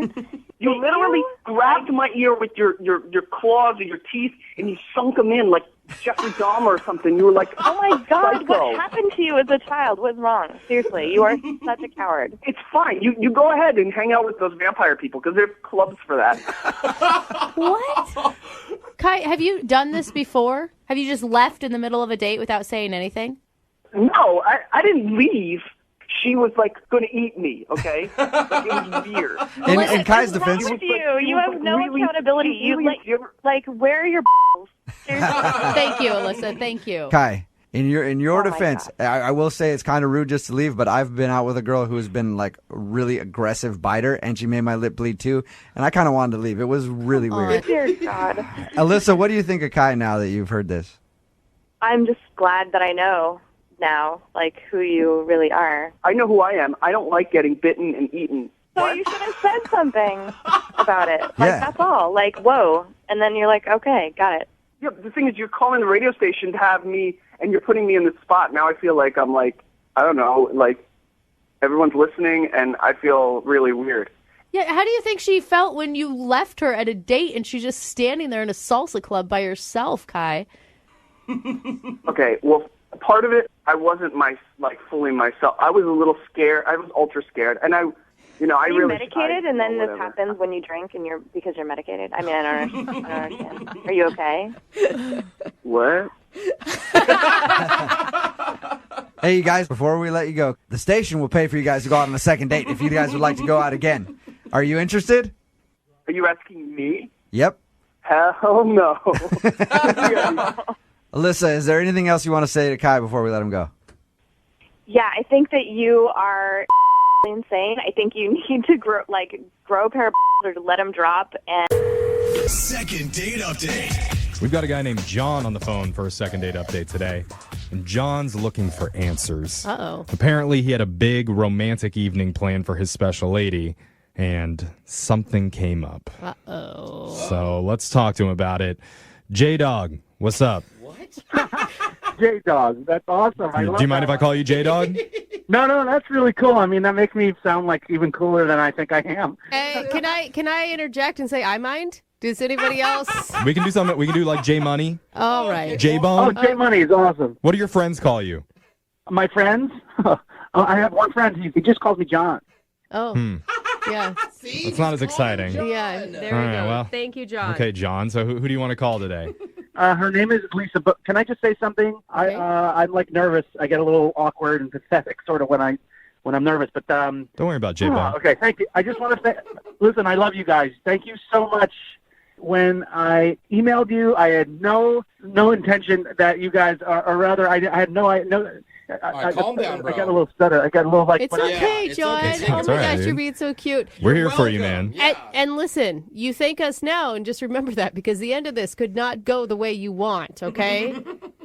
Okay, well, listen, I still thank you for responding to me. Not many people do, and if I were to say one thing, this is before we get going. This is like the top 5 highlights of my life. Okay, guys. Whoa. Wow. It's a pretty sad life you've lived. Oh up my here. gosh, Come on, Jeffrey.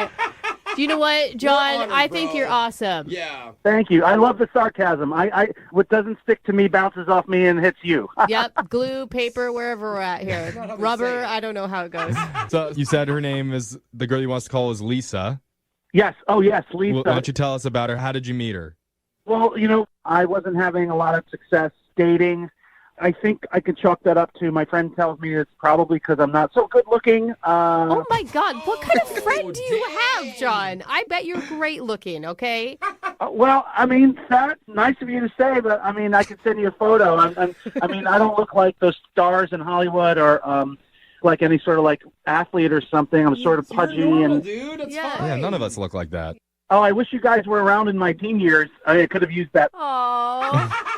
John, you are so endearing. I will say that for sure. Yeah, man. So It's all about personality. Thank you. anyway. tell us, how did you meet Lisa again? Well, I guess I could preface this by saying that I've been using dating apps, but I wasn't getting any success, no responses.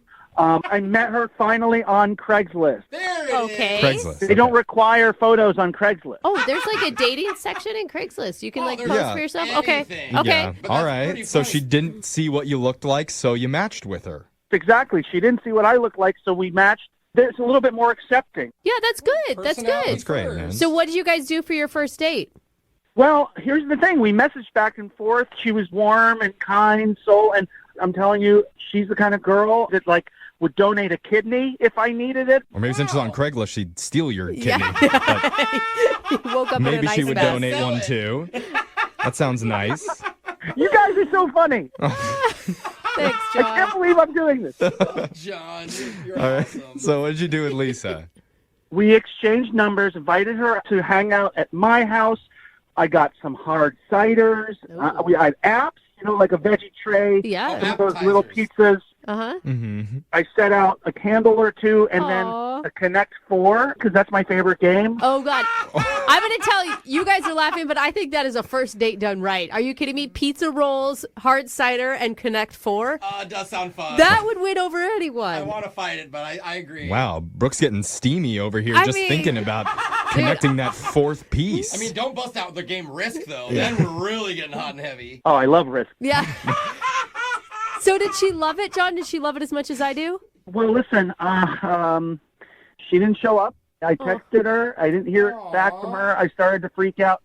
And then about an hour later, that's pretty late after, the time set. Yeah. She texted me and she said I had a work meeting that was running late and she needs to reschedule. And so I haven't, been able to really connect with her since. And she keeps saying that she's busy and I think she's avoiding me. Okay. Yeah.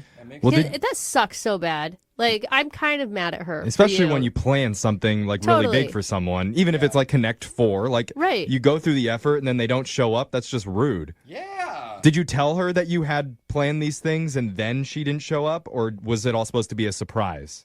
It was a surprise. I haven't told her what I planned because if it does happen, I want to do it all again. Okay. Yeah, All right. that's smart. Is it okay if we tell her or no? If you think that's the best, then I trust you way more than I trust myself in this situation. Oh, man. I don't know In if a that's the weird right way, thing to do, I agree. but okay. Well, here we go. We're going to play a song. We'll come back, and then we'll call Lisa and try and get you a second date update. All right, J-Dog? Awesome. Thank you so much. Okay. All right, hold on. If you're just tuning in for today's second date update, we're talking to John, or as his friend likes to call him, John. Yeah. Thank you. Thank you for that nickname. That doesn't. That was John's Okay. name. That was what he said. Uh-huh. Anyway, John's a nice guy, says he hasn't had a lot of success in the dating department, but he finally connected with a woman he met on Craigslist named Lisa. Mm-hmm. And he had a steamy date night planned for the two of them, filled with hard cider, bagel bites, a little game of Connect 4. Drove Brooke wild. Dude, it's awesome. There's a lot of people that agree with me on that one, John. Don't worry. People are texting There's a veggie tray. You forgot the veggie Yep. tray. And the veggie tray. Oh, yeah. With that ranch dip. But she never showed up. And an hour into it, she finally texted him that she got caught up with work. So since then, seems like Lisa's been avoiding him. Mm-hmm. And now, John, I just want to be honest with you. I can't promise that we're going to get you a second date out of this. Oh, Jeff, why would you But tell him that? I can promise that if we don't, I'll hook you up with Jose's sister. My sister is... She's recently single, I heard. She is, actually, but she has a kid and she's mine. Wait. Okay. She's my sister. Leave her alone. Sorry. It sounded like I was saying she's mine. She's not mine. You're going to have to fight Jose over his sister. Jose, I didn't know you guys were that close. No, she's mine. You're making me nervous. Oh, John, don't be nervous, okay? Take deep breaths and remember that no matter what happens, one person's opinion doesn't matter about who you are, right? You love yourself. You are awesome, okay? Whatever you say. Okay. That's the spirit. All right, we're going to dial the phone number right now and try and get your second date update, okay? Okay. Okay, here we go.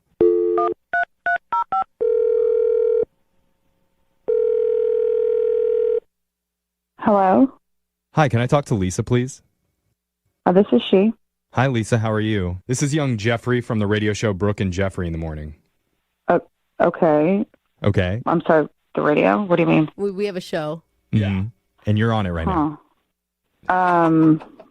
Why? Because we do something on this show called a second date update. That's where if you go out with someone and afterwards they're not calling you back, you can email us to get in touch with them and try and figure out the reason why. She laughs. What do you want me to say? I don't get this. Well, you don't need to say anything yet. You Yeah. just need to, we're just trying to tell you what's going on. that's what the segment is. And the person that wanted us to contact you, his name is John. John. You actually never went out with him. You were supposed to. Do you know when this was, supposedly? Well, in his email, he said this happened about a week ago. I can look in my, give me 1 second, I'll look in my, my text. He said he met you on Craigslist. Okay. Yeah, I have a John here. What?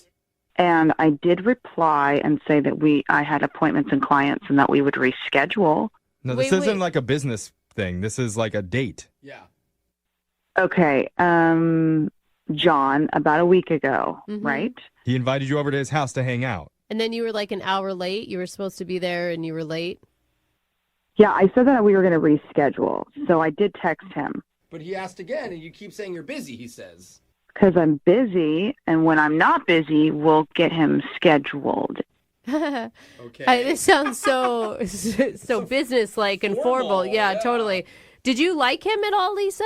I mean, he said you guys texted back and forth for a while and maybe had a pretty good rapport. Well, I mean, I've never really actually met him, so it's kind of hard to say. Well, that makes sense. Well, I mean, he's really wanting to get in touch with you, and he doesn't understand why he's not able to get a hold of you. This is crazy. I don't know what to say, guys. I texted him. I said, I'm busy and I'm booked up, and we can. Well, I think it'd really help if you told him that directly in person, because he's been on the phone listening this whole time, and he wants to talk to you. Okay.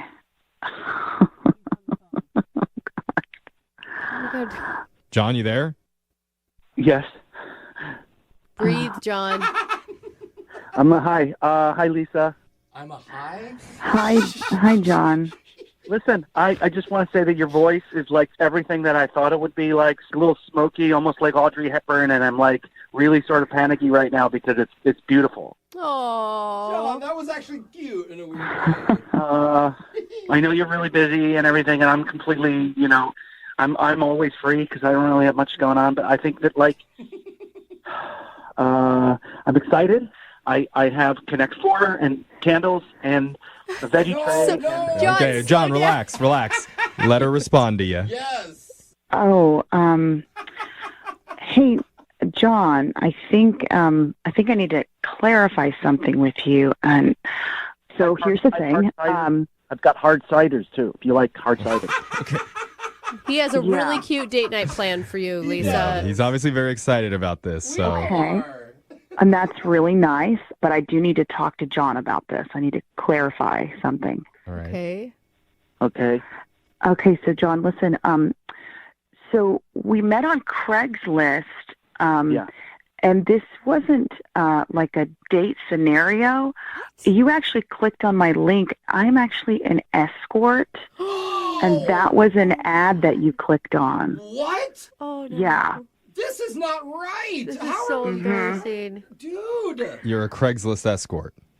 Yes. So this wasn't like seeking love or relationships. I mean, my ad, it was pretty obvious. Like I'm dressed a certain way on a bed, and it was spelled out for you. So so I'm really sorry because that sounds very sweet of you. But Can I just jump in for a second?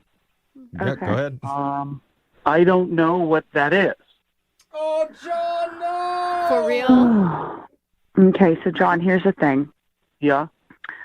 I have a business. Oh my God. Okay, where That's awesome. Instead of He's already proud of her. instead of I sell my time to entertain men as opposed to seeking a romantic relationship. This is more intimately. Wow. Do you get it, John? Yeah. Wow. Oh my God, so many things are clicking in his head right now. Are those good wows or are those bad wows? Wow. Don't be embarrassed, John. I'm sure this has happened to other people, right, Lisa? First time, not gonna lie.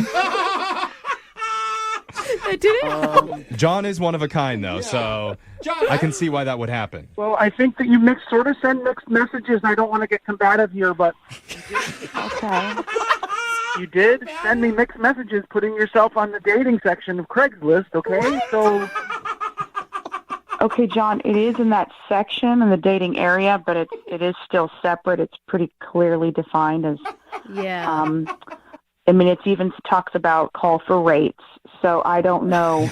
John, did she ask you for any money or anything when you emailed each other? there was a $sign at the bottom, but I thought that was just a typo. Okay, John, I don't think this is at all Lisa's fault on this one. We can't put blame on her You're here. just too sweet, John. I didn't know men like you still existed in the world, and there's some hope, I guess, in that. But there you go. I'm just going over it in my head right now, the stuff that's on your Craigslist post, and you said that you love giving men company, and I mean, I love company, so I thought we had a connection. Okay. Most men love company, John, but not in the same way. Well, John, the good news is that you pay for it, and I guess we are offering to pay for you to see each other one more time. I mean, I'm not paying for services. No, but for but dinner, I'm paying for right? dinner for you guys to hang out, and that would count as her time spent. You know what's going to happen, though. He's going to have to pay a little extra, but we've got the food covered. Yeah. Okay, well, if you're putting money into this and you're paying cash, like if there's cash available, I'm definitely available then. So I don't know about cash, but we do have gift cards. So do you accept gift cards, Lisa? It only gets you so far, the gift cards. Okay. That's something, though, John. So, John, what do you say? Look, I just love company, and I already have the hard cider. I haven't even touched it, and I'd have to get a new veggie tray. Would you be able to reimburse me for that? Yes, we will cover the veggie tray. We can get a veggie tray. All right. John, listen, if we do this, this would be hanging out, and we can have fun, but there will be a transaction. There will be cash at the end of this experience. So just know that if you want to proceed. That's great. 92.5. Second date update. Look, I'll admit, we're not the most wholesome show in morning radio. Okay? Between Jose's drunk movie reviews, Brooke's rampant infidelity, and my extremely low-cut V-necks. Oh, yeah. I mean, I see nipple a lot. Well, it's pretty much suspenders, bro. I mean, we're deviants. Yes. What can I say? But maybe the one redeeming thing about us is we all love Disney. That's true. Seriously. For real. Like Who doesn't? the songs, the bright colors, Yep. the devilishly handsome princes. That's not why I Me like and you, them. Jeffrey. Let's What's do this. not to love? And I know we're not alone. In fact, one of our listeners is a huge Disney fan too. His name's Kenny, and apparently Disney is what helped Kenny find a romantic connection. Oh, wow. Look at That's that. awesome. But he needs a little bit of help. That's why he emailed in to us. He's on the phone right now. Hey, Kenny. Hi, guys. How are you? Yeah, well, you do sound like a Disney fan. You're so happy, Kenny. I do. I love Disney, but I gotta be honest, I like you guys too. I mean, you're not so bad. Welcome to the show. Welcome to the second happiest place on earth. Are you trying to find your happily ever after, Kenny? Yeah, if you could help me out, that would be so awesome. I know a place that does that for very, very cheap, if you want to know. We'll see how this goes today. Okay, let's just focus on the woman that you want to call today. What's her name? All right. Her name is Steph. Steph? Yeah, Steph. And you know, you did mention that I'm into Disney, as I told you in my email. I met her on a Disney fan site, of all places. Oh, you're that into Disney. I feel like you can't call yourself a fan of anything anymore unless it's like you live that life. Unless you're on the site. Yeah. No, you know, it's not like it's a Disney dating, you know, it's a fan site, you know, and everybody's kind of nice. But occasionally there's like trolls that get on our site and they start posting like rude comments, you know. Well, you know what? Every Disney movie has a villain. And those 8-year-olds can be really vicious sometimes, so I understand. What happened? So this guy makes a post and he says that people without kids should be banned from going to the parks. You know. Oh, that's ridiculous. It's for all ages. Exactly. And that's what I said. You know, I clapped back and I just said, look, you know, Disney is for everyone. You know, I don't have kids. And I go to the parks all the time. I even posted, I said, look, going to the parks without children is amazing. Oh, I bet. I never thought of that. You tell him. Yeah. I mean, you don't have to do that stupid teacup ride ever. No. You move through the park so much faster. You don't have to spend a bunch of money on souvenirs and extra food and stuff. You don't have to carry a lot. Well, and getting on rides must be awesome because normally when I'm with my family, it's like, oh, you need how many? 5? Okay, wait for the next one. I know. You can just hop on. Yeah. I know, exactly. And sometimes you even get to cut up front. But, you know, I see these parents, and I got no problem with people with their children, but they're pushing a stroller and they're carrying all their stuff for their child, you know. And, I mean, I feel like we're kind of derailing. Like, we understand how adamant you are. Where do you meet this woman? Where does she come in? Sure. So I commented, you know, I'm defending going to Disney, and she actually saw that and messaged me, and she was like, hey, way to put this guy in his place. She actually called me a Disney prince. Oh, wow. She's on brand. I know, and so I thought that was kind of cute. And so, you know, we had a little side conversation. And eventually we exchanged our Instagrams and we started messaging back and forth. Okay. And after messaging so often, I decided to ask her out. Did you take her to Disneyland? Not yet. I don't have that kind of budget. Oh, okay. So I thought it'd be kind of cute. There's a mall nearby that I know has a Disney store. So I thought it'd be cute if we met up at the mall and went to the Disney store, browse around. Did she like that idea? She did, and she picked up this stuffed Lilo doll, from that movie Lilo and Stitch. And she said, "Oh, I love that movie. I always wanted one of these." So I thought it'd be kind of cool. I bought it for her there. Nice. She was really happy about that. And it's always cute because, like, if the relationship works out, you have a memento from your first date. That's right. And if it doesn't work out, you have something to destroy to help you get over it. That's good, Jeffrey. It was just a sweet, sweet moment. Yeah. At the end of the night, I took her to her car and said goodnight. I went in to kiss her goodnight. I thought we had a good time. And she kind of a little backed away from the kiss, but she gave me a big, solid hug. And then he said, "Would you like to hang out again?" And she said, "Yeah." This was about a week and a half ago or so, and I haven't heard from her. All right, Prince Charming, you just hold on a second. We're gonna play a song. We'll come back. We'll call Princess Steph for you. Oh, I like her. And we'll see if we can get that glass slipper to fit. Okay? Awesome. Thank you. I meant that in a totally platonic way. Okay? Felt like I promise. or something. No, just a date. We'll find out. Hold on. If you're just tuning in for the second date update, we're talking to Kenny, who's a big Disney fan. Yes. Very big. And he took out Steph, who's a fellow Disney lover, on a romantic Disney date. They went to the Disney store at the mall where he bought her a Lilo doll. He even got a hug towards the end of the night. But, it's funny, Kenny, I rarely do this. I was looking back at your email, though, and there's something you wrote there that you didn't bring up in the first part. Oh. Uh-oh. And you mentioned in the email that you sang this song that's playing right now to each other at some point during the date. Is that true? So cute. Really? Yeah, it was a little embarrassing, but sometimes just break out in song. We love these songs so much, and we were at dinner, and when they brought the dessert, I just started singing "Spoonful of Sugar" from Mary Poppins. Will you sing it for us? Just a spoonful of sugar helps the medicine go down. Yeah. Yeah, and she started singing with me, and we just had a blast. I mean, people were staring. Obviously, people were staring at us. But really makes you Jose happy. is so into this. Yeah. He's so happy right now. I just feel great after hearing that. Yeah, I mean, it's incredible. It's fantastic. I'm with you. I think Disney is great, and I can get down on some Aladdin just like anybody. But I think maybe Agreed. Down on I Aladdin? agree. Yeah. What do you- Okay. or The Little Mermaid, whatever. I like Disney. It's just, do you ever feel like maybe this was a little bit overboard and it was so Disney that it just came off as childish? I don't think so. I mean, the way she and I were talking, she was right there with me. She she said she's just as much a Disney fan as I am. I mean, when you connect with somebody on that level who likes Disney as much as you do, it's just awesome. Yeah, Okay. good for you. Well, let's try and connect with Steph on a phone level. So I'm going to dial her right now, and we'll try and get you your second date update, okay? Try not to break into song, okay, when we're talking to her. Do it. No, you guys, stop. Can I sing Lady in the Tramp? No.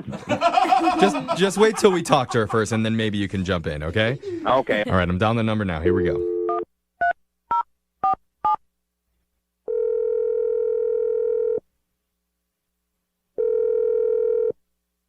Hello? Hi, is this Steph? Yeah. Who's calling? Hi, my name's Prince Jeffrey, Stupid. and I work for a very magical radio show called Brooke and Jeffrey in the Morning. I've never heard of you, Prince Jeffrey. Oh, yeah, You're not sweeping her off her feet. Oh, no. Jeffrey. Well, somebody wished upon a star that I get in touch with you I like it. because you went on a date with them recently and you haven't been getting back. Do you know what I'm talking about? I'm sorry. This is just so strange. Like, is this like a prank? Okay, no, No. it's not a prank. No, it's No, not. it's a lot of dumb jokes based on Disney, but it's not a prank. No, they're not dumb, Brooke. These are clever. They're awesome. Okay. They're Dumbo. I'll simplify it down. Terrible. We're doing something called a second date update. That's where if you go out with someone and afterwards, if they're not calling you back, you can email our show and we'll contact that person for you to try and figure out the reason why. Oh, it's interesting. Yeah. It's weird. We know. It's much less whimsical when I describe it that way, but a guy reached out to us about you, and his name is Kenny. Kenny? Yeah, that's why I was making those Disney references earlier. But that definitely makes sense. That's weird that he contacted you guys. Well, the reason why he reached out to us is because he had such a great time going out with you, but he doesn't know why you've been ghosting him. I'd rather not get into it. I mean, it's going to hurt his feelings, and I'm trying. That's really not the Disney way to be hurting other people's feelings. Oh, that's sweetie, very not the sweet. Disney way. I mean, I thought, my guess was maybe he was too into Disney for you. Like he took it too far. Oh, you think he's too Disney? Oh, that's not the case for you? You guys are kind of funny. What? Kind of. Hold on. What do you mean by that? Look, you know what? If he's ready to hear it, you can tell him this. Okay. He is a Disney. A what? A Disney. Disney with an F? Yeah, Disney with an S. What does that mean? He's just a fake Disney fan. What? Oh. He's a fake. Fake Disney. Yeah. No, he's not. Why would you say that? He seems like a very serious Disney fan when we spoke to him. Yeah, maybe on the surface, he puts up a good front. After meeting him the first time, you can kind of get that sense. You don't know him. You had one conversation with him, I'm assuming. He's on a Disney fan website. He took you to the Disney store for a date. He sang a song from Mary Poppins. My God. Which at a is restaurant. old school Disney. That doesn't make a Disney fan. What makes a Disney fan then? I am very confused. I'm looking for someone who 100% knows the ins and outs of everything Disney and doesn't try to skate away on a few songs and take me to the Disney store. That's not what a hardcore, honest to God Disney fan is. Oh, wow. But what happened to make you think that he wasn't a diehard? So I told him the last time that I went to Disney, I got pixie dusted, and he had no clue what being pixie dusted was. I don't either. Yeah, what does that mean? Pixie what? Pixie dusted. You know Okay. how Tinkerbell has pixie dust? Yeah. So pixie dusted means you get something for free, or you get an upgrade. So the last time I was at Disney parks, I was at one of the kiosks getting a Mickey Pop, and the cast member said, "This Mickey Pop is on us." And then when I brought it up, he knew nothing, zero. His face just washed over, what? What are you talking about? Our faces. I don't mean to laugh, but that seems so absurd. It seems pretty intense. Yeah, that he didn't know what pixie dusted means. That's just one thing. You don't even understand, okay? He also was trying to convince me that the Avengers are Disney characters. The Avengers are not honest to God. Aren't they owned by Disney now? Yeah. Yeah. Acquired. They were acquired by Disney. Okay. You can't put the Avengers on the same pedestal as Mickey and Minnie and Donald. I just think you're Yeah. missing out on maybe a good relationship because something that, I don't know, seems so trivial to me. Honestly, I think the only reason he really wanted to go out with me is because he sees, I can dress up as Snow White, and he thinks I look really hot dressed up as Snow White. Well, I don't know. I don't know. There's a lot of accusations being thrown around right now, and I think it's only fair to ask Kenny about them directly because I need to tell you he's been on the other line listening the whole time and wants to speak with you. Are you serious? Yeah. It's a small world after all, isn't Kenny? There it is. I cannot believe that it was because I didn't know about pixie dusting. That's why you've blown me off. Kenny, it's not just pixie dusted. It's the Avengers. It's the fact that you didn't realize that there were different castles at different Disney parks. Wait, hold on. What does that mean? I thought they were all the same castle. Me too. Which they are not, first of all. Any hardcore Disney fan knows Sleeping Beauty's castle is at Disneyland, and Cinderella's castle is at Walt Disney World in Florida. Anybody knows that. Steph, I'm sorry, I got to interrupt. You've got to calm down. Yeah. This is why people can't say that they like anything, because if you don't know every single specific thing about a subject. No, he is a Disney. He's fake Disney. He's Disney. There is no. You don't deem yourself a Disney fanatic and then come at me with not knowing the castles and talking about all the Marvel characters. That's not how it works. But Steph, isn't this behavior and the way that you're talking, isn't that not very Disney-like? I think it's very snooty. No. I think That's like a cuss word in the Disney world.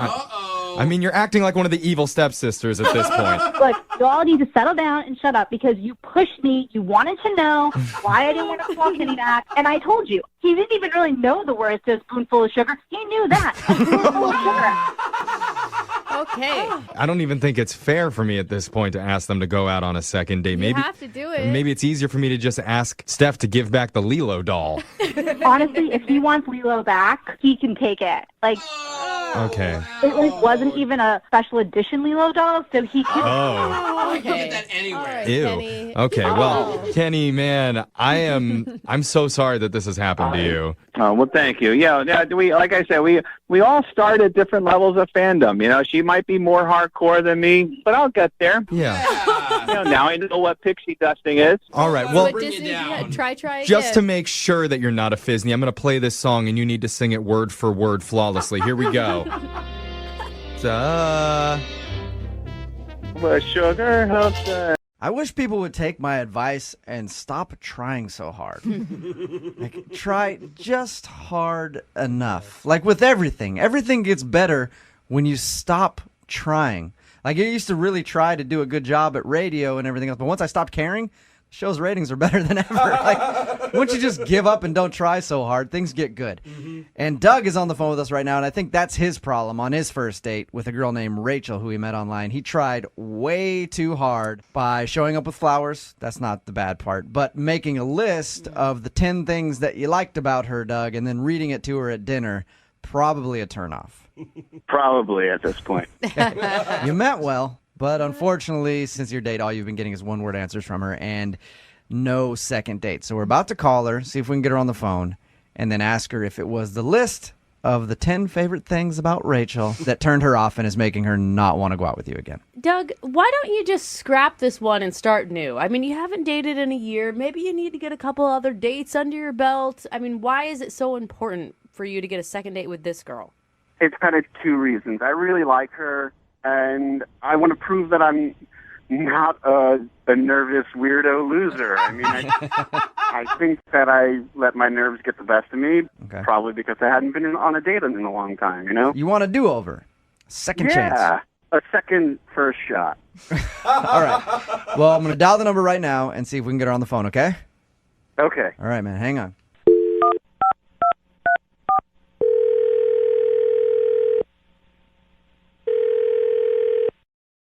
Hello, Hi, is Rachel there? this is Rachel. Rachel, how are you? This is Jubal from Brooke and Jubal in the Morning. I'm sorry, what? This is Jubal from Brooke and Jubal in the Morning, the radio show. A radio show? Yes. It is a morning show, Uh-huh. and we're calling you to see if you'll come on the air with us for a few seconds and talk to us. Why? Because you recently went out with a listener of ours. I did? Yeah. And he emailed us and wanted us to call you and ask why you're not going out with him on a second date. Okay. His name is Doug, and I'm sure you probably remember Doug because I'm assuming he's one of the only dates you could have gone on that made a list of things that he likes about you. Oh, yeah. Yeah, I know Doug. Yeah, you do. Okay, so Doug emailed us, right? And he told us about your date, said that he had a great time with you, but since your date, he's been getting like one-word responses from you, and it's obvious that you don't want to go out with him again. But Doug really wants to see you and is wondering if he did something wrong when you two went out, and if you wouldn't mind telling us what that is. He's fine. He was a nice guy. He's just a little different. Was he too much? Maybe came on too strong, too quickly? No, I mean, it wasn't that. It was just, if you guys talk to him, can you just let him know that I said thanks so much for the date and that he's a really nice guy? Okay. Yeah, we'll talk to him about this whole thing, and I appreciate you staying on the phone with us. I do. I just want to ask you, because he told us about everything, and he feels really bad about making a list of the 10 things that he liked about you. Doug, I don't know if he shared with you, hasn't been out on a date in a long time, so he's a little out of practice. You made him nervous because he likes you a lot. Was it the list? I mean, the list was weird. It was definitely one of my more awkward moments on a date. Okay. But, yeah, it was nerves and it was fine and I understood. And that was okay. That wasn't the main problem. Okay, well, do you mind telling us what the main problem is? Doug wants to know. I don't want to come off as sounding, like, weird and rude and petty, but he kept making really weird faces. Like, a nervous tick almost, like, I don't know, like Tourette's of the face. It's so hard to explain. It was so weird. And I wanted to ask if there was something wrong with him, but I felt it was too rude to do that. Yeah, that's understandable. Hey, what's wrong with your face? Exactly. And I mean, he was so sweet, and he was clearly so nervous, and he's a good person. I really couldn't see myself doing that. We don't know much about Doug other than he listens to the show, and he seems like a nice guy when we talk to him. Is it obvious that he has a facial tick, or do you think, like, what do you think he was doing with his face that made you so uncomfortable? Honestly, you guys, I have no idea. It was so weird. What did it look like? Like he was in pain. Like every once in a while, it would do this weird, like, grimace thing. But it was just, like, totally random. Like, nothing was going on. Did you ask him if he was okay? Like, if he was honestly in pain, or? I did never feel like there was a right time to do that, because it was always kind of in the middle of stuff happening, and all of a sudden he would just throw this face, and I'd be like, but it can't be like that, because that'd be really horrible and rude. Oh, we got the faces back. Rachel. Oh, my God. I'm sorry. I can't take it anymore. I have to interject here. Hey, Rachel, that's Doug. He's actually on the other line. Oh, God. Hey, Rachel. I'm sorry. Oh, my God. This is so embarrassing. Are you okay? I mean, really, I can ask you now because I'm not sitting in front of you, but are you okay? Well, I had a surgical procedure recently, and I thought I was doing a really good job at, like, concealing it, but I was actually in a lot of pain. What? And I was, I guess I was just so taken in with you that I was trying really hard to ignore the pain that I was actually in. Doug, what kind of surgery did you have? Well, I had a really kind of unfortunate bicycle accident. Okay. And so embarrassing to be doing this on the radio. I basically injured myself downstairs. You had surgery on it? Yeah. I was mountain biking with my buddy, and I went off a little jump, and it just landed wrong. Doug, you were... man, that sucks. I'm sorry, dude. You were talking to her for weeks. Why didn't you just wait? Well, because she's so wonderful, and I know that if I waited, that someone else would just snatch her up. Rachel, are you still there? Yeah. Okay. Oh, my gosh. What do you think about that? It wasn't a weird face thing that it's a weird something else that he has making his face do that. Oh, geez. That's awful, and I cannot believe you went through our whole date without saying anything. If you were in that much pain, that's crazy. I was really just trying to focus on the great time that I was having and that I thought we were having. You are so sweet, but please don't, sacrifice your body for a date.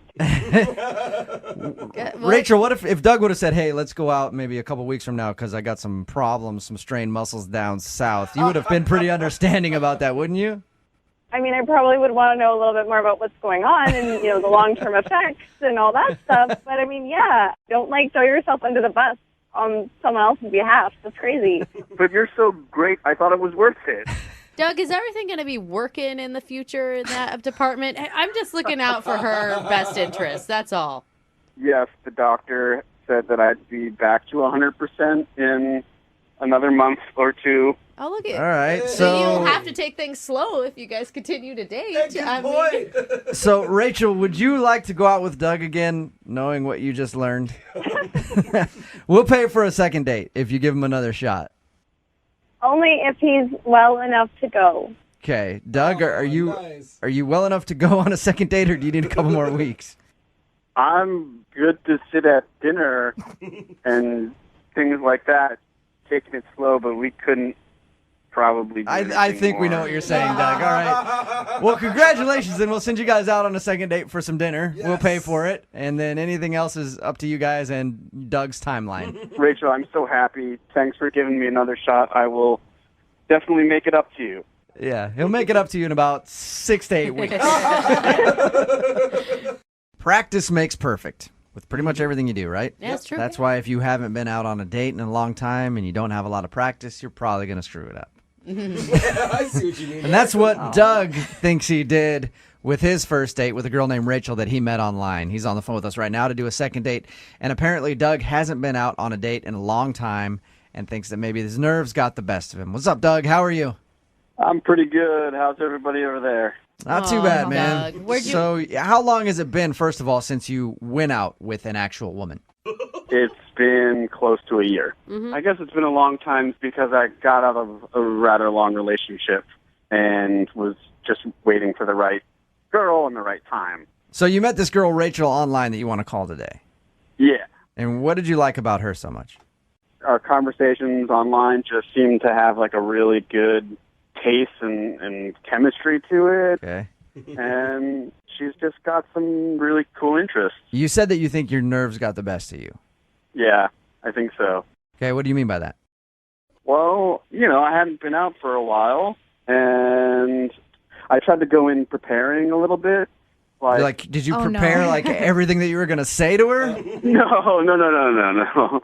I saw these really nice flowers in the store, and I got them for her. Okay. I just thought that she would really like them. But that doesn't sound like nerves. Well, I did something else that maybe, I went a little too far and my nerves got the best of me. I read her a list that I wrote at dinner, and it was a list of 10 things that I really liked about Rachel. All right, yeah, that's a little cheesy there, man. So before the date, you sat down and wrote out a list of things that you like about her. Yes, it was things like I really like your smile. It lights up a room, and you have a weird sense of humor like mine. You know what? Hey, Doug, I never really asked you. How long did you talk to her online? I mean, we were talking for a couple of weeks. Okay, because you didn't meet her and then it was the next day you're going out and you already had this list. No, there was a little bit of And a list of 10 things is a long list. What number did you realize maybe I should stop? I guess maybe around 6. Did you tell her that you were nervous? Did you just fess up, be like, oh, God, I'm sorry. I haven't done this in a while? Yeah, I mean, it was kind of like that moment when I got to the middle of it where I was like, oh, I'm really nervous. Maybe this wasn't the right idea. What was her reaction after that? She got a little quiet, but then, tried to laugh it off, I guess. Okay. I did notice as we were leaving the restaurant that she left the flowers, and, there was that weird, awkward moment of, do I go back and get them, or, I don't know, I was kind of nervous. You should have gone back and got them and then followed her back to her house. So when you said goodbye to her, did everything seem cool? Did you agree on a second date? Did she seem into it, or? Well, I walked her to the car, and I got a little peck kiss. Oh. And I don't know, it seemed like she didn't have to kiss me for any reason, so I felt like that was a good moment to end on. Right. Have you asked her out since? Yeah, I texted her, very positive things, that I had a great time about the date, and maybe we should go out again soon. And all of the responses that I was getting from her were really short. It was like, sounds good, and then nothing. And I was like, how's your day going? She said, it's okay. Yeah, that's the worst when you're like, how's your day going? Fine. Are you- All right, that sucks. Or when you just get a K back about something. Want to go out sometime? K. I mean, I didn't think it had gone that bad, but it was my first date in a long time, and I was admittedly nervous. And I know that. Moving 92.5. Brooke and Jubal's second date update. Every once in a while, we get an email into the show that's like, dude, you got to call my friend right now. Because they're in a weird situation. We just got one of those from a guy named Brent. He emailed us and said we had to call his good friend Derek immediately because he has a second date update. Derek, what's up, man? Hey, what's going on? Well, I'm not going to tell everybody your issue that Brent said in the email, but what is your issue right now? Gosh, where do I start with this? I'm sitting here at this girl's apartment. I went on a date with her last night, and everything went great. She's really cool. And I ended up spending the night, but I'm kind of stuck here right now because she left early this morning. I think she went to work, and she told me to hang around and to wait for a package or something. So there's a really important package. Please hang around. And so I've been waiting, but it's been I'm like almost 4 hours now. And Derek, why don't you just... I'm sitting here in this apartment just kind of like I already took out the trash. You're just hanging out in her apartment waiting for a package. Why don't you leave? You don't know her that well. No, well, she was really adamant about this. It was important, and I told her I'd do it. And I only met this girl last night. I met her online. It was our first date last night, and I don't want to blow it. She's a cool girl. So there's no other weird things that are. I mean, I'm just worried a little bit about you. Yeah, have you had a chance to go through all her stuff yet? Check out her medicine cabinets and everything? Well, he's got 4 hours to kill, dude. Yeah, I had to get the lay of the land, you know what I mean? So, and 4 hours, I've been looking around. She's kind of messy, I will say that, but I've been cleaning up. Have you tried to call her and be like, hey, no package yet, it's been 4 hours? Yeah, I called her, text her, left her voicemail. I may have to bait here pretty soon because I was supposed to be at work 2 hours ago. Derek, I'm not sure who's more strange, you or the girl who asked you to stay. I'll let you be the judge on that one, but I'm feeling pretty stupid right now, not going to lie. I mean, I feel like that's something you ask of your boyfriend, not of somebody that you just met. Well, if she could have just been a little bit more specific with the time, but she made it seem like it was going to be right, it'll be here any minute. Derek, I think that's the last thing she said. Your buddy emailed us and said we had to call you right away. What do you want our help with? Do you want just our advice on what to do in this situation? I would just leave if I were you. Okay. I've had that thought probably every 10 minutes for the last 3 hours. But she's a really cool girl, and I got to make a first impression. I got to show her that, look how responsible I was. You asked me to do something, I got it done. I took care of it. And so if it was a big deal, which she made it seem like I don't want to screw up something, you know what I mean? Wait. What makes her so cool? She's probably just really hot. Yeah, let's get real. Let's spend the night. Yeah. Yeah, definitely. Well, that was to the point. If he's waited 4 hours for a package for her, she's definitely hot. So, hey, all right, can we try to call her then? Oh, please. I've called probably 10 times. Good luck. She hasn't answered the phone for you? No. Okay. All right, we're going to try to call her. We're going to play a song, come back, call her, and then I guess you could call it a second date update. I don't know. We're still in the middle of the first date, I think. All right, we're going to call her after this. Hang on, man. All right, cool. I want to be moving 92.5. Brooke and Jubal in the mornings. Second date update. All right, Derek, if this girl that you hooked up with last night isn't answering any of your calls, why do you think she's going to pick up the phone when we call? I'm kind of hoping maybe it's from a different number. Or... Okay. It's Brooke and Jubal in the morning. I'm moving 92.5. It's the second part of the second date update. It's kind of strange. This one. Yeah. A guy emailed us and said we had to call his friend Derek right away. So we called Derek. We found out that Derek is in a girl's apartment who we hooked up with last night. He's been there for 4 hours waiting for a package because she said, I need you to be there when this package, please. It's very important. Just wait here. He's been trying to get a hold of her because he's you said you were late for work, right? Yeah, I was supposed to be at work 2 hours ago. Okay. I told Derek to leave, but he still doesn't want to leave. He wants to show her that he's a responsible guy and he can help her out. Don't you think you look kind of pathetic just staying there? I think 4 hours is the threshold. After 4 hours, it's pathetic. It's been nice. Nice guy. The longer you stay, the more pathetic it gets. All right. Good point. Well, we're going to call her. We're not going to tell her that you're on the phone, okay? Okay, good. So just hang out. This is weird. Yeah, this is super weird.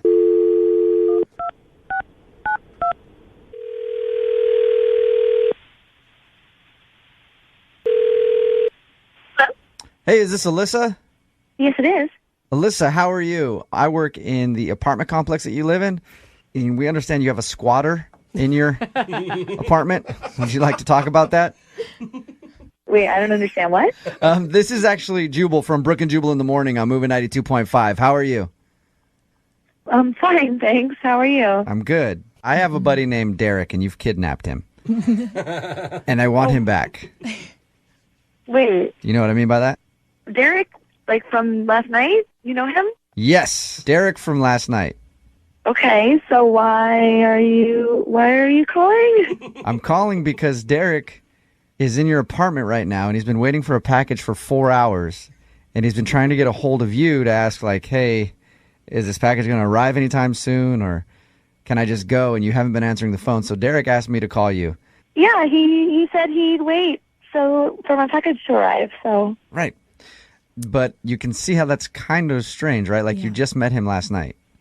I mean, he just seemed like such a nice guy. I thought, he wouldn't mind. Like, we had a good time. Okay. Have you gotten his text messages and phone calls, though? I saw a text, but I've been in some meetings and stuff, so I guess I didn't really notice. You realize he's been at your house for 4 hours, right? Well, yeah, but, I mean, you know how delivery things go. You never really know when they're going to show up, so. I feel like she's using him. Yeah. You're just using the dude to wait around your house for a package. No, I mean, we just talked, and he didn't seem to mind at all. So, I'll get back to him in a little bit. Do you feel bad that he himself has his own job to go to and that you might be making him late? Yeah. I mean, he didn't really seem to be too concerned when I asked him. I mean, he didn't really say that was going to be a problem or anything. What are you talking about? You made it seem like the package was going to be here. That, like you said, it was going to just any minute now. Hey, Alyssa, that's Derek on the phone. Hey. He's been on the other line. Hey. Oh, hey. Hey, Alyssa. I've been at your place for like 4 hours. Like, I had to go a while ago. I'm calling you. Like, how did they get a hold of you? What's going on? Well, you kind of could have given me a heads up. Hey, my package is going to be 4 hours. Can you wait? Well, I didn't know. I've been tracking it online this morning to see, and then, once I got there, I would just call and check in. I just really need your help when that package gets there. What's in the package, Alyssa? I'm curious. Like, what's so important that you're going to make this random dude hang out at your place forever and wait for it? And miss work. And you're not even really apologizing. Well, it's this new dresser. And so, because I'm horrible at building these things. So I just want to make sure that it all gets in there and built right. So Wait, who's going to build it? Yeah. Well, that's why I need Derek to help me. You're making me wait here to build you a dresser? I'm not making you anything. Like, you said you'd help me. Like, I thought you were so nice and you would just help. Is that okay? Oh my God. Alyssa, is that true? Like, is this one of those things that shows up and is put together by the deliveryman, or were you hoping that Derek would put it together for you? I think it has some, assembly that needs to happen, so. So you were hoping that Derek would put together your dresser? Well, yeah. Oh, Alyssa, are you interested in Derek at all romantically? Are you more interested in not having to put together a dresser yourself and having a guy that you hooked up with last night do it for you? Well, no. I mean, I really had a good time with Derek, so I just thought it was, convenient that he could stay too. Like, it just all worked out great. That's like a well thought out plan, but that sucks for me. I could have came over another time when I didn't have to work and helped you with the dresser. You could have just told me that. You didn't have to tell me, hey, there's going to be a package here any minute. Please, it's important. And then run out the door. Well, I mean, it is important because if someone's not there, they won't drop it off. Okay, yeah, right. Alyssa. You could have just asked. You could have just told me what was going on. I'll help you with the dresser. That's no problem. Maybe give me the tracking number. Maybe I could track the package and find out. Maybe I can come back and meet him or something. So I don't have to sit around here and wait all day. Derek, she tried to trick you into putting together a dresser. Don't be willing to do it anymore. Too nice, man. You kind of sound like a dumbass at this point. Or like a pushover. Well, no, I think he sounds like a nice guy that he'd help me. Of course you do. But Alyssa, are you really attracted to a guy who's going to wait around 4 hours to put together a dresser for you, no questions asked? I think it's great that he'd be happy to do it. I think that's really sweet. I'm happy to do it. You just need to kind of give me the heads up, give me the info. I have to go to work, and I'll do it for you. Do you have tools? Do I need to bring over tools or whatever? But he's gonna do Derek, it. you're a nice guy, but are you worried that you're gonna get taken advantage of? If this is your first date, what happens down the line? Well, obviously we need to work on our communication. Obviously. Or you need to learn to not get used. She's using you, Derek. Derek. He's All right. falling for it. Well, Derek, it sounds like you're going to put together the dresser. And I will Alyssa- pay for lunch for you if you want to take a break from putting together the dresser and have lunch with Alyssa when she